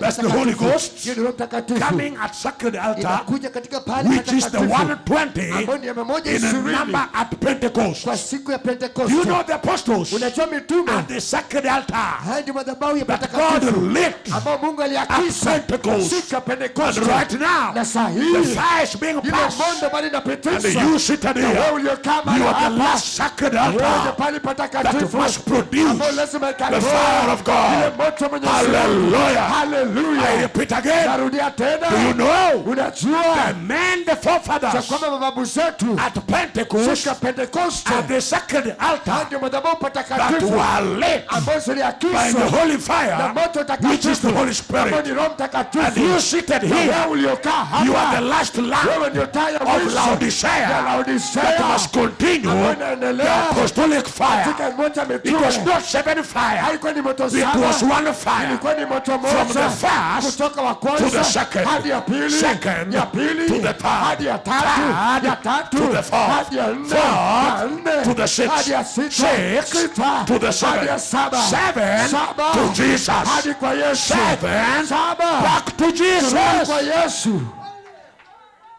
First one from Jesus. Wa kwanza kutoka kwa Yesu. As they were in Pentecost, Walipokuwa siku ya Jesus Pentekoste, brought fire. Yesu alileta The moto. second one Yule wa saba back to Jesus. rudi kwa Yesu. The first ones Yule wa kwanza received the fire ilipokea from moto Jesus kutoka Christ. kwa Yesu The Kristo. seventh one Yule wa now, saba they are sasa handing over wanapeana back the mantle kwa yule to yule, the yule author who is mwanzilishi now ambaye the sasa finisher. yule anakamilisha. No difference. Hakuna tofauti. One fire going on. Moto mmoja kuendelea hadi What do I mwisho. mean by one fire? Mnamaanisha nini kwa If that moja? fire Kama hiyo had moto miracles, ilikuwa na then miujiza, the current fire basi moto wa must sasa have miracles. lazima ni If miujiza. that fire Kama hiyo has moto deliverance, ilikuwa na the ukombozi, current fire moto wa has sasa deliverance. lazima iwe na It's the ukombozi. same Hiyo ni fire. moto ile That ile. fire, Na hiyo if moto it burned kama inachoma cancer saratani in the days wakati of wa Peter, Petro, even today, hata leo that hii, fire hiyo is moto burning cancer. inachoma saratani. Hallelujah. Hallelujah. It burnt everything. Ilichoma kila kitu. In the days of Paul, Wakati wa Paulo, neither gold or silver, fedha na dhahabu hatuna, but to the fire we receive, lakini moto ambao we are tulipokea gonna give you. sisi tutakupa. We are not giving you Sisi hatukupatii the rosary. hii rosari, We are not giving you hatukupatii anointing oil. mafuta ya We are not upako, giving you hatukupatii holy water. maji We are not matakatifu, giving you hatukupatii the sticker. hivi We are bado, giving lakini you tunakupa what we receive in the name name, not the rosary of Jesus. Russia and walk. Sing fire burning. After Paul died, the ground was cut up. A man rose in France. His name was Irenaeus. The fire touched him. He went all over. He was telling them, Jesus Christ is the same yesterday, today, and forever. When you have the real fire, you shall behave like the original. When you have the original fire, you shall behave like the original. That fire cannot change. It must be original fire. Not from some church headquarters. Not some bishops giving us things. We want the original fire. Not Catholic fire. Not Anglican fire. Not Branham fire. We want Holy Ghost fire. We want Jesus fire. The original fire. I repeat the statement, let it sink in you. The first church received from him. The second church received from them. The third church from the second. The fourth church from the third. The fifth church from the fourth. The sixth church from the fifth. The seventh church from the sixth. And now the seventh handing over to Jesus. No other church age. The final church now. And I want to tell you, even in football team, the last two teams, they fight vigorously. And the last team now, the team of Jesus and the team of demons, the last battle, every demon must be down. Every lie must be down. What is our goal? Anything that my father did not plan, it must be uprooted. The lost churches uprooting everything. Anything that was not there, they're breaking down. They're returning back to where it was. Now let's go down now. Now we are seeing the tabernacle built. The materials of building. Not whatever material you think. The materials must be in line with the Kenya Bureau of Statistics. Whether your shop is in Uyoma, the shop in Mukurweini, the shop is in Chuka, right in Kakamega, Budalangi Funyula, wherever area you are, shops are so many, churches are so many, but the order is one. Every measurement must be in line with the Kenya Bureau of Standard. Our Bureau of Standard is the Word of God. Everything, wherever you are, in a Mukurweini, Lakisama, the measurement is one. What is the measurement? Jesus Christ is the same yesterday, today, and forever. Everywhere. Wazungu, Wahindi, Africa, the poor and the rich. One measurement. Jesus. Yes. It's the absolute. They come with their long Land Rover at the door of the shop. And they tell you bring 1 kilogram sugar. They put it on their measurement. When it falls in line, bring another and another. And then they bring the measurement. They seal it. Any corner, anywhere. No Legio Maria shop. No SDA shop. No Catholic shop. We have one shop. The shop of Jesus Christ. The church of Jesus. The church of the Lord. With one measurement. The word of the living God. The God-given fashion zile mfano ambao ulitolewa ya Mungu, the God given order, ile taratibu iliyotolewa na that Mungu, nobody is permitted to hakuna change. mtu ambaye ameruhusiwa You can't kubadilisha. say I have a wholesale, Nisema kwamba niko na duka ya I jumla, own the Nakumat. ya kwamba ninamiliki You can Nakumat. have a big Unaweza Nakumat kuwa na Nakumat kubwa, known all over Kenya, inajulikana Kenya but mzima, I want to tell you, lakini wacha nikwambie, there is a Supreme Court kuna koti ya juu with a Supreme ambayo Judge kuna jaji ambayo iko who juu, can never change. ambaye hawezi badilika. Who is the judge? Huyo ni nani basi? Heaven and earth Mbingu na nchi shall pass away, zote the zitapita, word of God lakini neno lake shall never pass. haitawahi pita. And the shops Duka zingine will fall down, watafunguka chini, but God's word, lakini neno lake it can Mungu never fall. haitawahi anguka. So we are going in the three things. Kwa hivyo tunaenda na vitu vitatu. We go there. Twende pale. One, Moja, it says in the first code, nasema katika koti ya kwanza, materials used forever. vifaa vilizotumika hata milele. Moses is dead. Musa amekufa, Joshua takes over. Yusa anachukua usukani. Joshua, Yoshua maintain ukadhibiti, the materials that Moses built. hifadhi vifaa ambavyo Musa alitumia kujenga. In Joshua 24, Yoshua 24, Joshua is about to sleep. Yoshua anakaribia He kukufa. calls the meeting Anaita mkutano with his wife, na mke wake with his sons, na wanake, and the daughters on the side of the wife. binti wake upande wa mke. He takes a trumpet. Anachukua tarumbeta.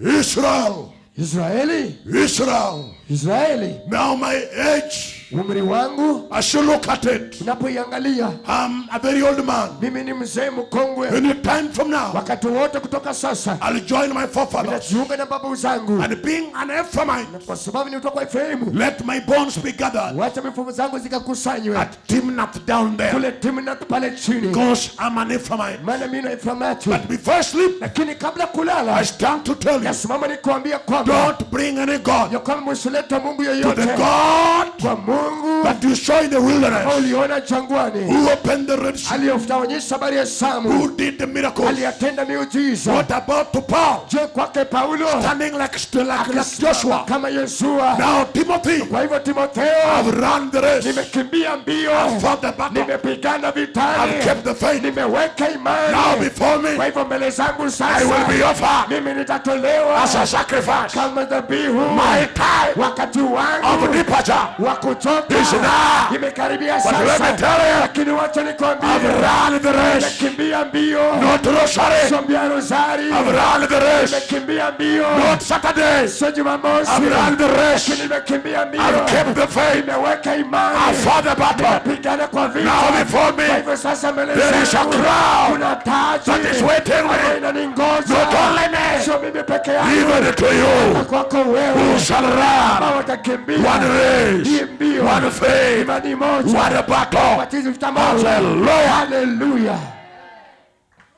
And Joshua goes and sleeps. Yeshua kaenda na kulala. Joshua reflecting must Paul again. Kuangalia Paulo tena. Then Paul tells Timothy, Na Paulo akamwambia Timotheo, Timothy, now Timothy, sasa time is up. wakati umewadia.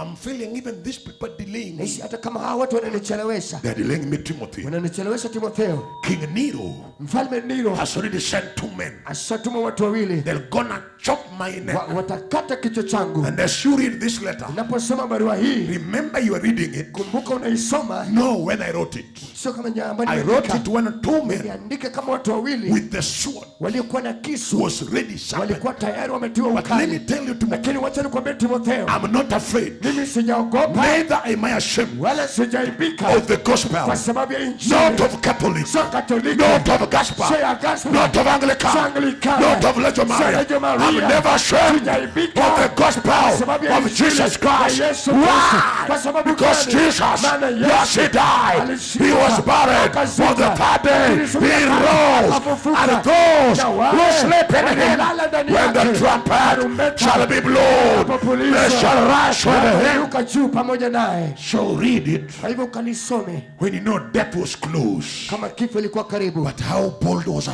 lakini nilikuwa na ujasiri Because ulioje, I know very well maana najua my vizuri soul is not lost. kwamba nafsi yangu My sijapoteza, soul shall be found. nafsi yangu itakuwa sawa The day sawa, I've been waiting for, kama ile siku ambayo it nimesubiri. is the day. Sasa hii ndio siku.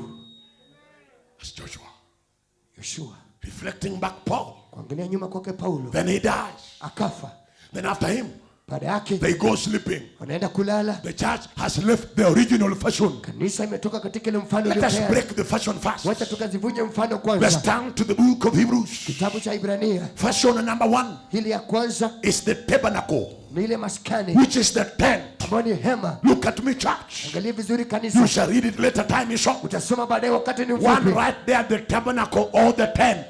Andika mala pale hema. That's the first thing that was made. Kitu cha kwanza kilichotengenezwa. That behind it, ya kwamba nyuma yake, the covering of the tent, mfuniko wa hema, was made of a skin. Ilikuwa imetengenezwa na ngozi. Not the skin of a sheep. Sio ngozi ya kondoo. The sheep skin is expensive. Na kwa ile ngozi ya kondoo ni ghali. Not the skin of a horse. Sio ngozi ya farasi. That one is used for making hair. Ile tumika kutengeneza nywele. But the one for a goat, lakini ile ya mbuzi, it is not expensive. Sio ghali sana. There is nothing worth in it. Hakuna kitu ambacho ni dhamana ndani yake. It was called the badger skin. Ilikuwa inaitwa ngozi ambayo ni bure. You could look it from out. Ukiangalia kutoka nje ngozi hiyo, you don't see anything good. Hauoni chochote kizuri ndani yake. Let me tell you, church. Wacha nikwambie kanisa. Jesus Christ. Yesu Kristo. If you look at him, ukimwangalia vizuri, there was nothing worthy. Hakukuwa na kitu ambacho inastahili. He was not educated. Hakuwa ameelimika. He had no work. Hakuwa na vitu chochote. But let me tell you. Lakini wacha nikwambie. Inside Jesus. Ndani ya Yesu Kristo. There was eternity. Kulikuwa na umilele. Inside Jesus. Ndani ya Yesu Kristo. There was life. Kulikuwa na uhai. Inside Jesus. Ndani ya Yesu Kristo. There was everything. Kulikuwa na mambo yote. We may be here. Huenda kwa tuko hapa. Without the rosaries. Bila rosari. Not a very good church. Sio kanisa nzuri. That is decorated. Ambayo imepambwa vizuri. But I want to tell you. Lakini wacha nikwambie. We come against. Ya kwamba tumekuja kinyume. Every forces. Tuna nguvu zote. Not with the decorations. Tuna mapambo. Not the things of the world. Tuna vitu za ulimwengu. But what do we have? Lakini tuko na nini? Neither gold. Fedha wala dhahabu. No silver. Fedha. But in the name of Jesus. Katika jina la Yesu. Rise up and walk. Simama juu kapate kutembea. They never had anything worthy. Hakuwa na kitu ambacho ilistahili. A badger skin. Ngozi ya mbuzi. That's why Peter is telling the Petro anawaambia yule kiwete. If you look at us. Ukituangalia. What do you see? Unaona nini? Hatuna chochote. Look at our shoes, nothing. Angalia viatu vyetu sasa kuna. Look at our clothes, nothing. Angalia nguo zetu hakuna. We have nothing to carry. Hatuna chochote cha kubeba. We come to battle. Tunakuja kwa vita. We don't carry this. Hatubebi hizi mbao. We don't carry this. Hatubebi hizi chupa. When you look at us. Ukituangalia vizuri. You think you can be with us. Unafikiri kwamba unaweza turoga. When you look at us. Ukituangalia vizuri. You think you can toss us. Unafikiri kwamba tutuyumba. When you look at us. Ukituangalia. You think you can stop us. Unafikiri kwamba tatuzuia. But we are telling you. Lakini tunakwambia. Yes, behind. Ndiyo nyuma yetu. We are badger skin. Sisi ni ngozi ya mbuzi. But inside us. Lakini ndani yetu. The fourth man. Yule mtu wa is right here. Yuko hapa. Inside us. Hapa ndani yetu. He who is in us is greater than he that is in the world. You look at us. But we are gonna die. But we want to tell you.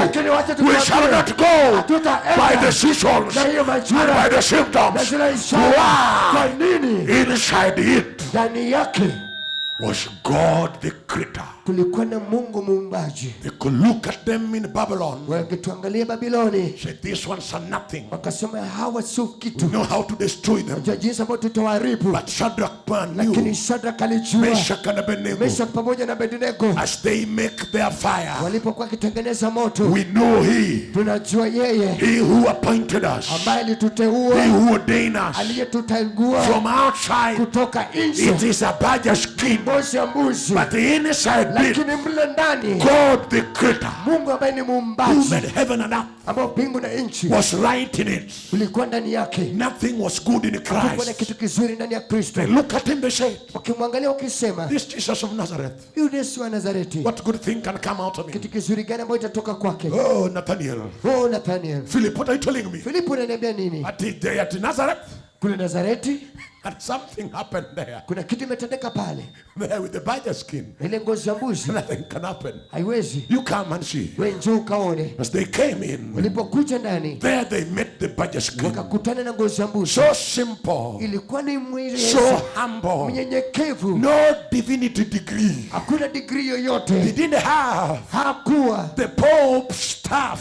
Zile fimbo ya papa. He was not walking with. Hakuwa akitembea nazo. He didn't have the councils. Hakuwa na kanzu. He didn't have many rosaries. He was not called the Pope, not called the chief priest. He was called Jesus, not of Runda, Jesus of Nazareth, a son of a carpenter. Yes, in Bethania, as he was crying, Jesus of Nazareth, the badger skin was crying there. But let me tell you, when he turned to the grave and they said, Lazarus, come out, that was more than a badger skin. Who was that? Jehovah God. Yes, he was a badger skin, sleeping in the boat. The boat was breaking. He's about to drown. But when he woke up, he placed his feet on the brail of the boat. He stretched his hand and he said, let the storm be calm. That was more than a badger skin. Yes, he was a badger skin dying on the cross. But when he said, it is over, the sun closed its eyes, the earth was shaken, and the grave of the saints was broken. Who was that? I can say, Abraham said to Sarah, Sarah, look, who's this coming with the blood in the hand? Sarah is saying, I think this is the man. You told me that day, when I come back, I shall have a son. Who was that? Jesus was more than a badger skin. He was God. When he was dying, he was a badger skin. The way Peter says, and John, when he went to the grave of the dead, where Matthew says, the graves of those who died were broken. And David saw him. And David could tell Solomon, this is the man I said. This is the man I told you. But my Lord told my Lord that I'll not leave the body of my Lord brought into corruption. This is the man. Then Solomon said, Daddy, what are we doing here? Then David said, rise we go. And they were seen marching to Jerusalem. Outward the body, he was a badger skin. But when he died, God died on the cross to pay your price for salvation. Hallelujah. I can see the saints are marching to heaven, walking so majestically.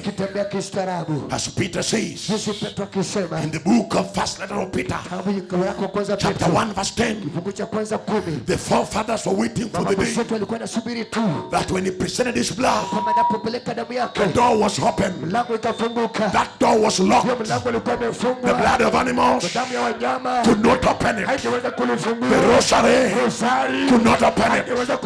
Sabbath could not open it. Samson could not open it. Moses could not open it.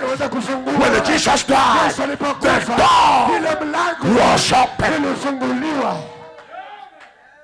The badger skin made for the tabernacle, but outwardly they shall never see anything good. But when they peep in it, there is the crater.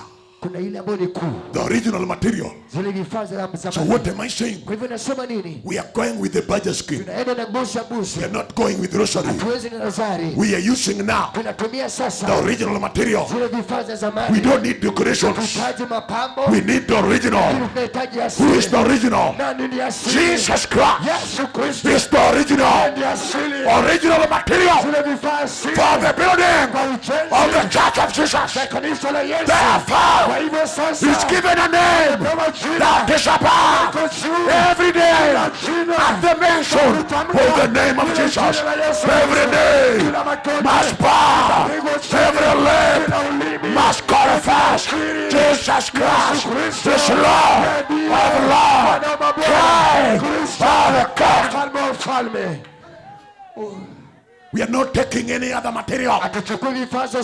We are going with original. Not Ondeto, not Muhammad, not Agatha, not Deborah.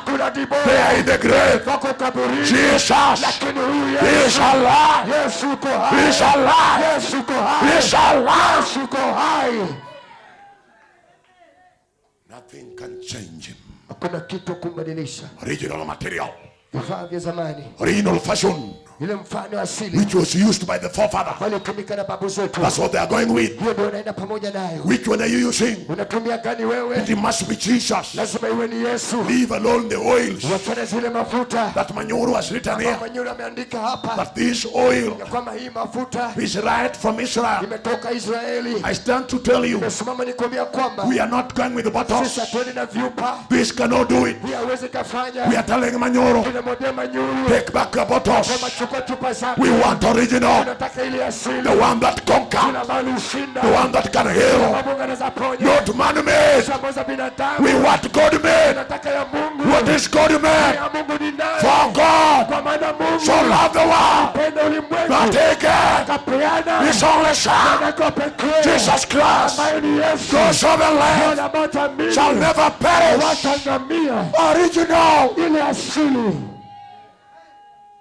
Original, not man-made. It must be original. Look what Paul says. If another comes with another one, let him be accursed. There is no another. There is only one. There is one. Not Branham. Not a word. Jesus Christ. It must be the original one. The materials of the forefather. Building in that fashion. No, I leave that one now. I come to the next one. And they began murmuring. They are telling Moses, that one is a priest by the name of Dathan, from the tribe of Moses. He's telling Moses, you cannot tell me that you alone should be the prophet here. And your brother Levi, your brother Aaron, from your father's tribe, is the priest with us. We are also chief priests. They must not hear you alone. They must also hear us. Then Moses told them in the book of Numbers 16, you sons of Levi, why are you competing? Because this in your heart is not of God. You are full of yourself. Let me tell you, brother, you may be a Luo. You don't go to a church because a pastor is a Luo. You may be a Kikuyu. Don't go to a church because he's a Kikuyu. We were not saved by the blood of the Kikuyu. We were not saved by the blood of the Luo. We are not saved by the blood of the Gamba. We were saved by the blood of God. They want to make tribe out of it. Then Moses told them, tomorrow we shall meet. Let each and every tribe make their own staff. And they be 12 staffs. Be brought before the tabernacle. Let the staff be cut from the mother plant. Meaning life of the plant is chopped. And the plant be placed right before the tabernacle. And let men and women sleep. Let nobody go close there. It is a very simple thing. To make a claim is easy. To confirm the claim is not easy. To say it's easy. To demonstrate it is not easy. It takes the hand of the supernatural to confirm that He is God. So tomorrow, when you wake up and you get the piece of the wood that has grown, regrown, that has life in it, with some leaves in it, among the 12 sticks, that is the one that is appointed to be the chief priest to the very closing age. That is in chapter 9 of Hebrews. Among those materials, what material is it? When they woke up the next day, the road of Aaron was having leaves. What am I saying? Jesus Christ, yes, he died. Muhammad died. Uneto died. Many died. But on the third day, they in the grave, Jesus Christ, he rose up. And today, he is Lord of Lord. He is the Alpha. He is the Omega. He is the first. He is the last. Without him, there is none. He is Lord and he is God. Another second material, the tree, the wood that was cut and died. On the third day it rose again. That is represented in Jesus, which the book of Philippians chapter 2 from verse 5 says, therefore is given a name that is above every name. At the mention of his name, every knee must bow. Why are there no healings? They are preaching other names that are in the grave. Why are there no miracles? They are preaching their name. They are calling on Neto. Whose picture is here? He is not alive. He is on Neto. He is dead. He is in God right in Migori. But Jesus is alive. Jesus, who I am preaching, is alive. Jesus is alive. Yes, he died. On the third day, he rose. Today, Sunday, 2019, Lucky Summer, Jesus is the same. Yesterday, today, forever. Original. No Rosario, no SDF, no Ketaba, no Kanda, not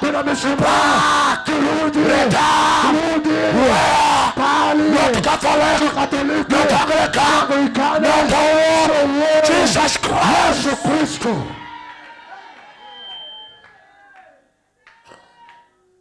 The original material.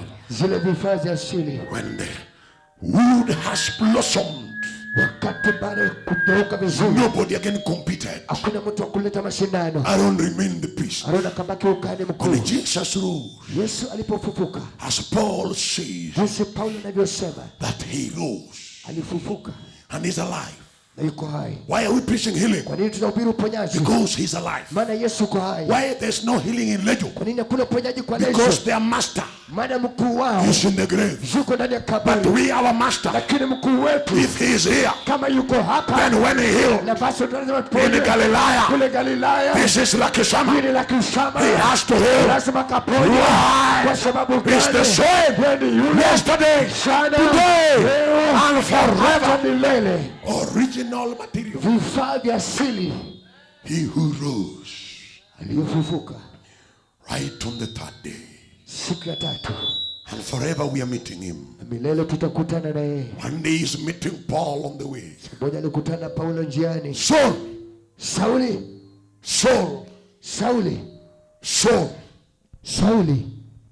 why do you persecute me? A Jew who learned under Gamaliel, who knew very well the pillar of fire which led them in Exodus is none other than Jehovah God. But that day you're calling, who are you, Jehovah? Because English says, who are you, Lord? Lord is English. Aramaic, Lord means Jehovah. In the book of Genesis and to Malachi, Jehovah never had a name. He had a title, Lord. Jehovah Rapha. Jehovah Rapha. Meaning Lord Healer. Kumaanisha mponyaji. Jehovah Jireh. Jehovah Jireh. Lord Provider. Bwana mtoshelezi.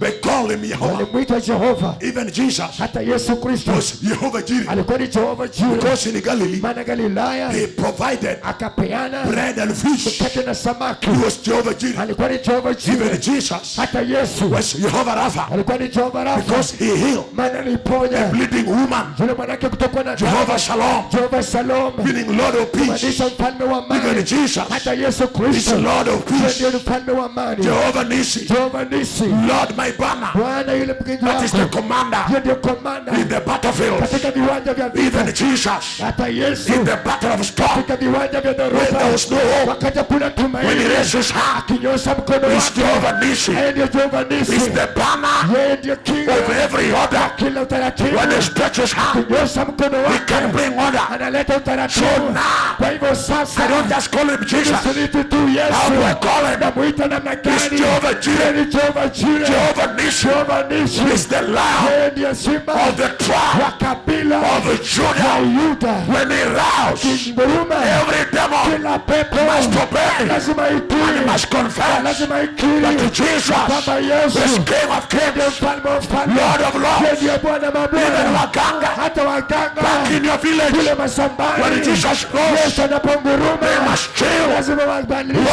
Kwa sababu because Jesus. Maana Yesu. Conquer. Alishinda. Every power. Kila nguvu zote. Hallelujah. Hallelujah. Hallelujah.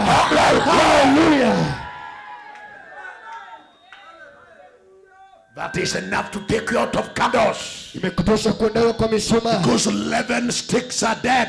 Maana 12 only one is risen. Moja nimeinuka. Jesus the King. Yesu mfalme. Get you out of Oneto. Kuondoa kwa maoneto. Down to the one who resurrected. Unarudi kwa yule ambaye tumwa. Jesus Christ. Yesu Kristo. Hallelujah to the Lamb of God. Kondoo wa Mungu. That's the name Jesus. Kama jina Yesu Kristo. He conquered death and hell. Alishinda kifo. Then we come to number 3. Na kuja kwa la tatu. Which is you there. Ambao ni wewe hapo. Third material. Kifaa cha tatu. Which was hidden. In the mines of sin. Katika timbo za dhambi. Deep under the ground. Chini ya ardhi. Expensive things. Vitu vya dhamana. Are not above the soil. Sika iko juu ya mchanga. Hidden down. Lakini zimejificha chini ya ardhi. That is the golden vessel. Hizo ndio vyombo vya dhahabu. Which was mined by the evangelist. Ambazo zilitolewa na mwinjilisti. Right in sinful life. Kutoka kwa maisha ya dhambi. Which you are formerly living in. Ambao ilikuwa kiisha hapo zamani. When the gospel came. Lakini injili iliposhuka. With the mattock of preaching. Na zile kabiri ya kuvunja na to mind you from the quarrels of sin. Kutoka timboni za dhambi. And after your mind from the quarrels of sin. Kutolewa timboni za dhambi. You are brought into the refinery. Ukaletwa katika nyumba. And you've been refined and refined. Ukatengenezwa na kuchongwa by the preaching of the word of God. Kutoka kwa mahubiri ya neno la Mwenyezi Mungu. Until the old school have left you. Hadi maisha kale yamekuacha. And the new school is in you. Na maisha mapya ikaingia ndani Now yako. that you are sanctified vessel. Kwa sababu ni chombo kilichotakaswa. Now right in you. Ndani yako sasa. Has been kept manna. Imewekwa mana. The bread that was eaten. Ile mkate ambao ililiwa. With the forefathers. Na mababu zetu. Hallelujah. Hallelujah. You are not in the first court. Hauko katika koti ya kwanza. The court of justification, no. Kwenye utakaso hauko. You are not in the second court. Huko katika koti ya pili. The court of sanctification, no. Utakaso la. You are in the third court. Huko katika koti ya tatu. The holy of holies. Pale patakatifu. Whereby. Pale ya kwamba. You don't need manyoro. Hauhitaji manyoro. To go for you. Akwenda into the holy of holies. Haufikia kwa mahali But patakatifu. now you are bold. Lakini uko na ujasiri. You can access. Utaingia ndani. The throne room of God. Katika ufalme wa Mungu. At any time. Wakati wowote. Whatever you ask. Chochote unachoomba. Is given to you. Hakika unapewa. You don't rely. Hauegemei. Upon a Gasper. Juu ya Gasper. You don't rely. Hauegemei. Upon anybody. Juu ya mtu yoyote. You can now go. Lakini utaingia ndani. Right direct. Mahali moja kwa To moja. the holy of holies. Mahali patakatifu. Where there is healing. Pale mo kuna uponyaji. Where there are miracles. Pale mo kuna miujiza. Where there is power. Pale mo kuna nguvu. Where there is eternity. Pale mo kuna umilele. The golden vessel. Vyombo vya dhahabu. That is in the third court. Koti ya tatu. Keeping the manna. Kuhifadhi mana. Not the rosary. Sio rosari. What the forefathers ate. Chochote ambao mababu zetu walikula. That's what you're keeping now.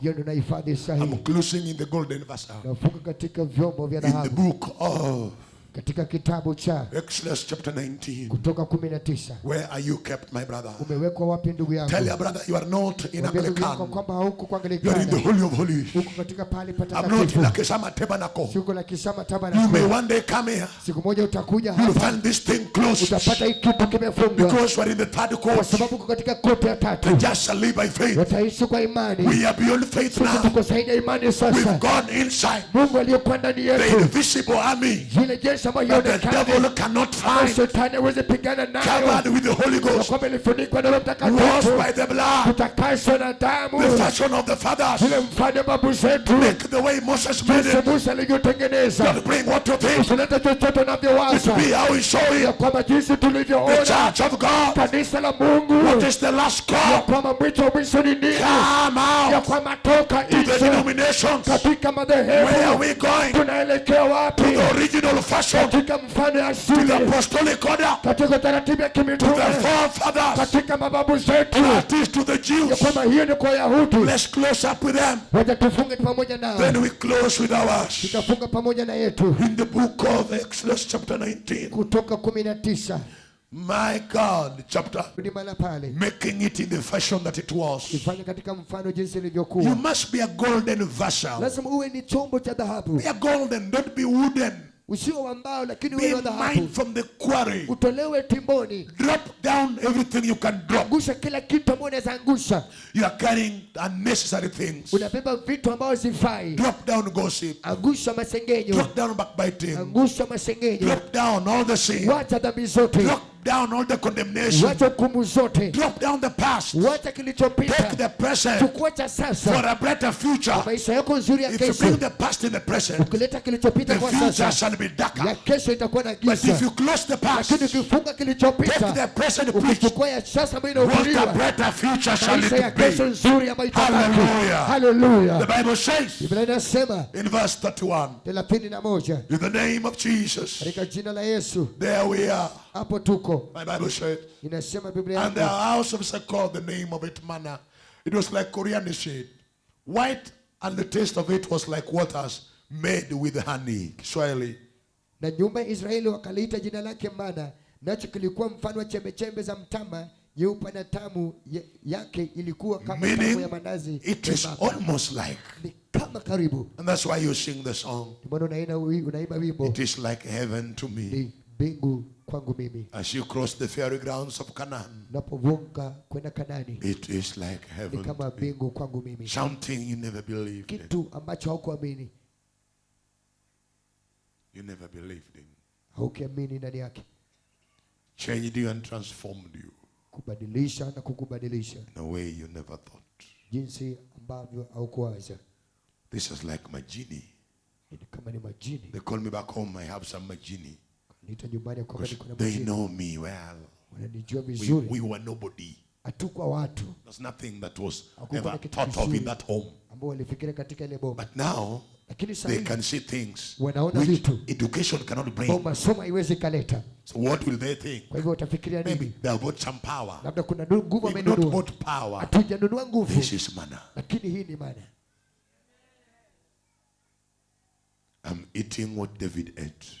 The anointing that was anointed, that picked him from the wilderness and made him a king. That's the anointing you're eating now. That's the manna you're eating. That can wipe all your tears and bring back hope. The message. The gospel. Not charge. Before you eat it, it must be placed in a special thing. What is the special thing? Hear this, next, precious people. And Moses said, this is the thing which the Lord commands you. Fill an omer of it to be kept for your generations. Musa akasema, hili ni neno Bwana aliwaamuru, pishi moja na kitu hicho kiweke kwa ajili ya vizazi vyenu. Why not William Marion Branham? Kama haingekuwa kwa sababu William Marion Branham bringing the gospel, restoring us back. Turejesha sisi tena. How would we have known the gospel of the past generations? Tungejuaje injili ya watu waliopita? Why not of D.L. Moody? D.L. Moody. Why not of Charles Finney? Were it not of Andrew Murray? Were it not of Billy Sunday? Were it not of Alexander Campbell? Were it not of John Knox? Were it not of William Joseph Seymour, Butlerman? Were it not of Tommy Hicks? Why not of Jonathan Edwards? Why not of George Whitefield? Why not of Evan Roberts? Why not of John and James Wesley? Why not of Binyam? Why not Binyam? Why not of Binyam? Why not of Smith Wigglesworth? Why not of forefathers of faith? Why not of David? Goliath would have taken Aijalon, would have crumbled among the Jews. But David brought back manna to be eaten by the Jews. And when the women ate manna, they changed their song from the songs of Mona Mona, of Daddy Owen and Rafton, to the original songs. That's David. You must kick out these songs. These songs of battlefield that are cheering you, not to face the battlefield. Why not of David facing the battle? Why not of Gideon telling the angel, I'm tired of status quo. I'm tired of dead Catholics. I'm tired of buying anointing oil. I want the original. Why not of Gideon? Why not of Shadrach? Meshach and Abednego. Not to bow to man-made teachings. Back to the Bible. We shall not take that. How long shall he rot in status quo? Prepare it that it can be kept in the Holy of Holies. Now, why must it be kept in the Holy of Holies? It must not be from the church.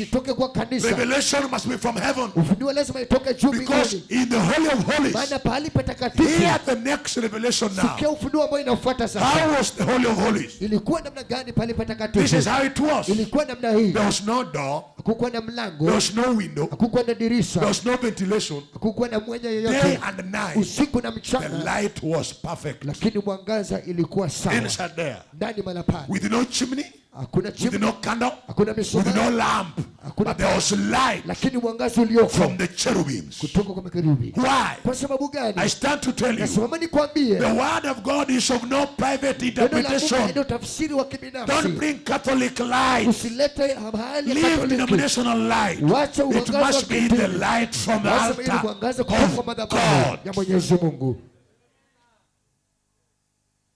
What is the work of that light? Look at this manna. It is not smoked. It is not salted. There is no chemical. Yet it is still warm and fresh. What keeps the church warm? What keeps the church hot? What keeps the gospel fresh? The power of the Holy Spirit must be in the church. Golden manna. What is the golden pot? Here, as I close down there, it says, and as the Lord commanded you, Moses, so Aaron laid it up before the testimony to be kept. And the children of Israel did eat manna 40 years until they came to land inhabited. They did eat manna until they came unto the border of the land of Canaan. Until that day. Hear me. We shall eat this manna, the word, the message, until we reach between the border of mortality and the border of immortality. What do I mean? Until we leave this body, the mortal body, and take the other body. That's when manna ends. Lastly, the 2 tablets of Moses, written by the finger of God. I'm closing. Psalms 119 verse 89.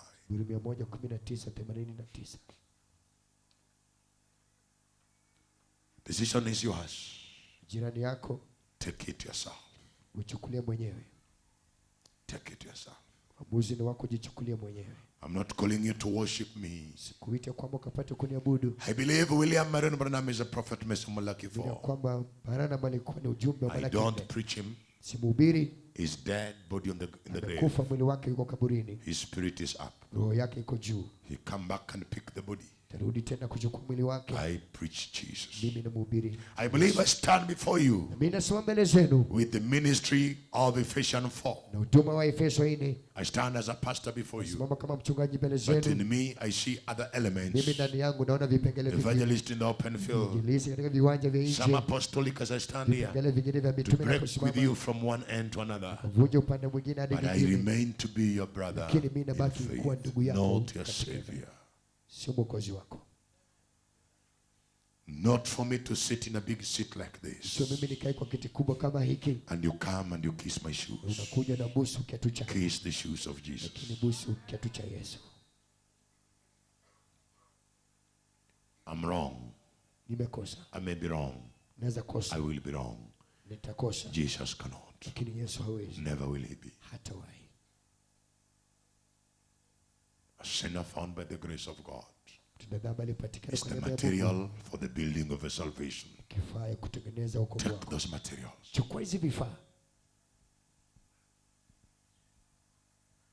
I close. Verse 89 Kiswahili. Zaburi inasema, "Ee Bwana, neno lako lasimama imara mbinguni na hata milele." Your word is established in heaven.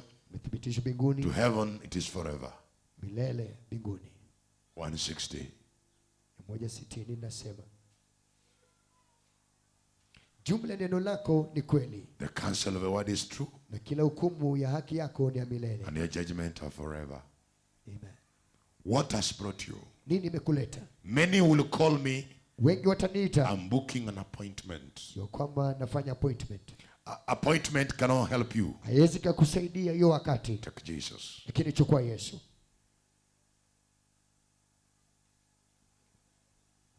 I need money. I don't use the gift to take money from you. Whether you give me money, you're not saved. You are going to burn in hell. You can give me $1 million to support the service. Still, you go to hell. You need Jesus. I close. The 2 tablets. The old, Jesus figurative. The new, Jesus fulfilled. The new, old revealed. The old, the new hidden. The old, new contained. The new, old explained. It's your time to give your life to Christ.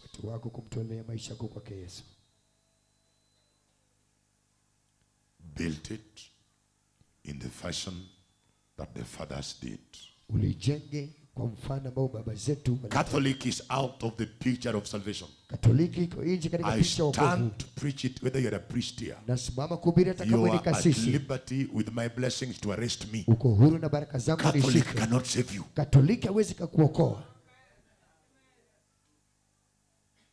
Whether you are from repentance or war is taking you to hell, he's not mighty Lord prophet. He's a man. He's not a Jew. He's a Lua from Imbo. He cannot save you. Only Jesus saves. To you, Legio Maria. Ondeto is in the grave. He can never rise again. To you, candle worshippers. No candle in the Bible, Jesus. To you buying stickers? No stickers. To you SDA. SDA belongs to Helen White. Christianity belongs to Jesus. Make a choice.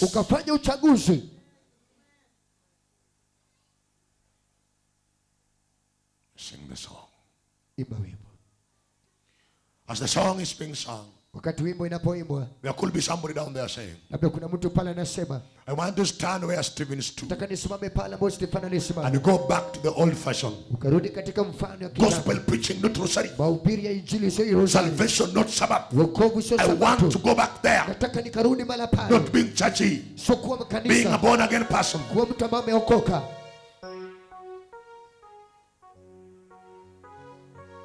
If you're there, you can rise up.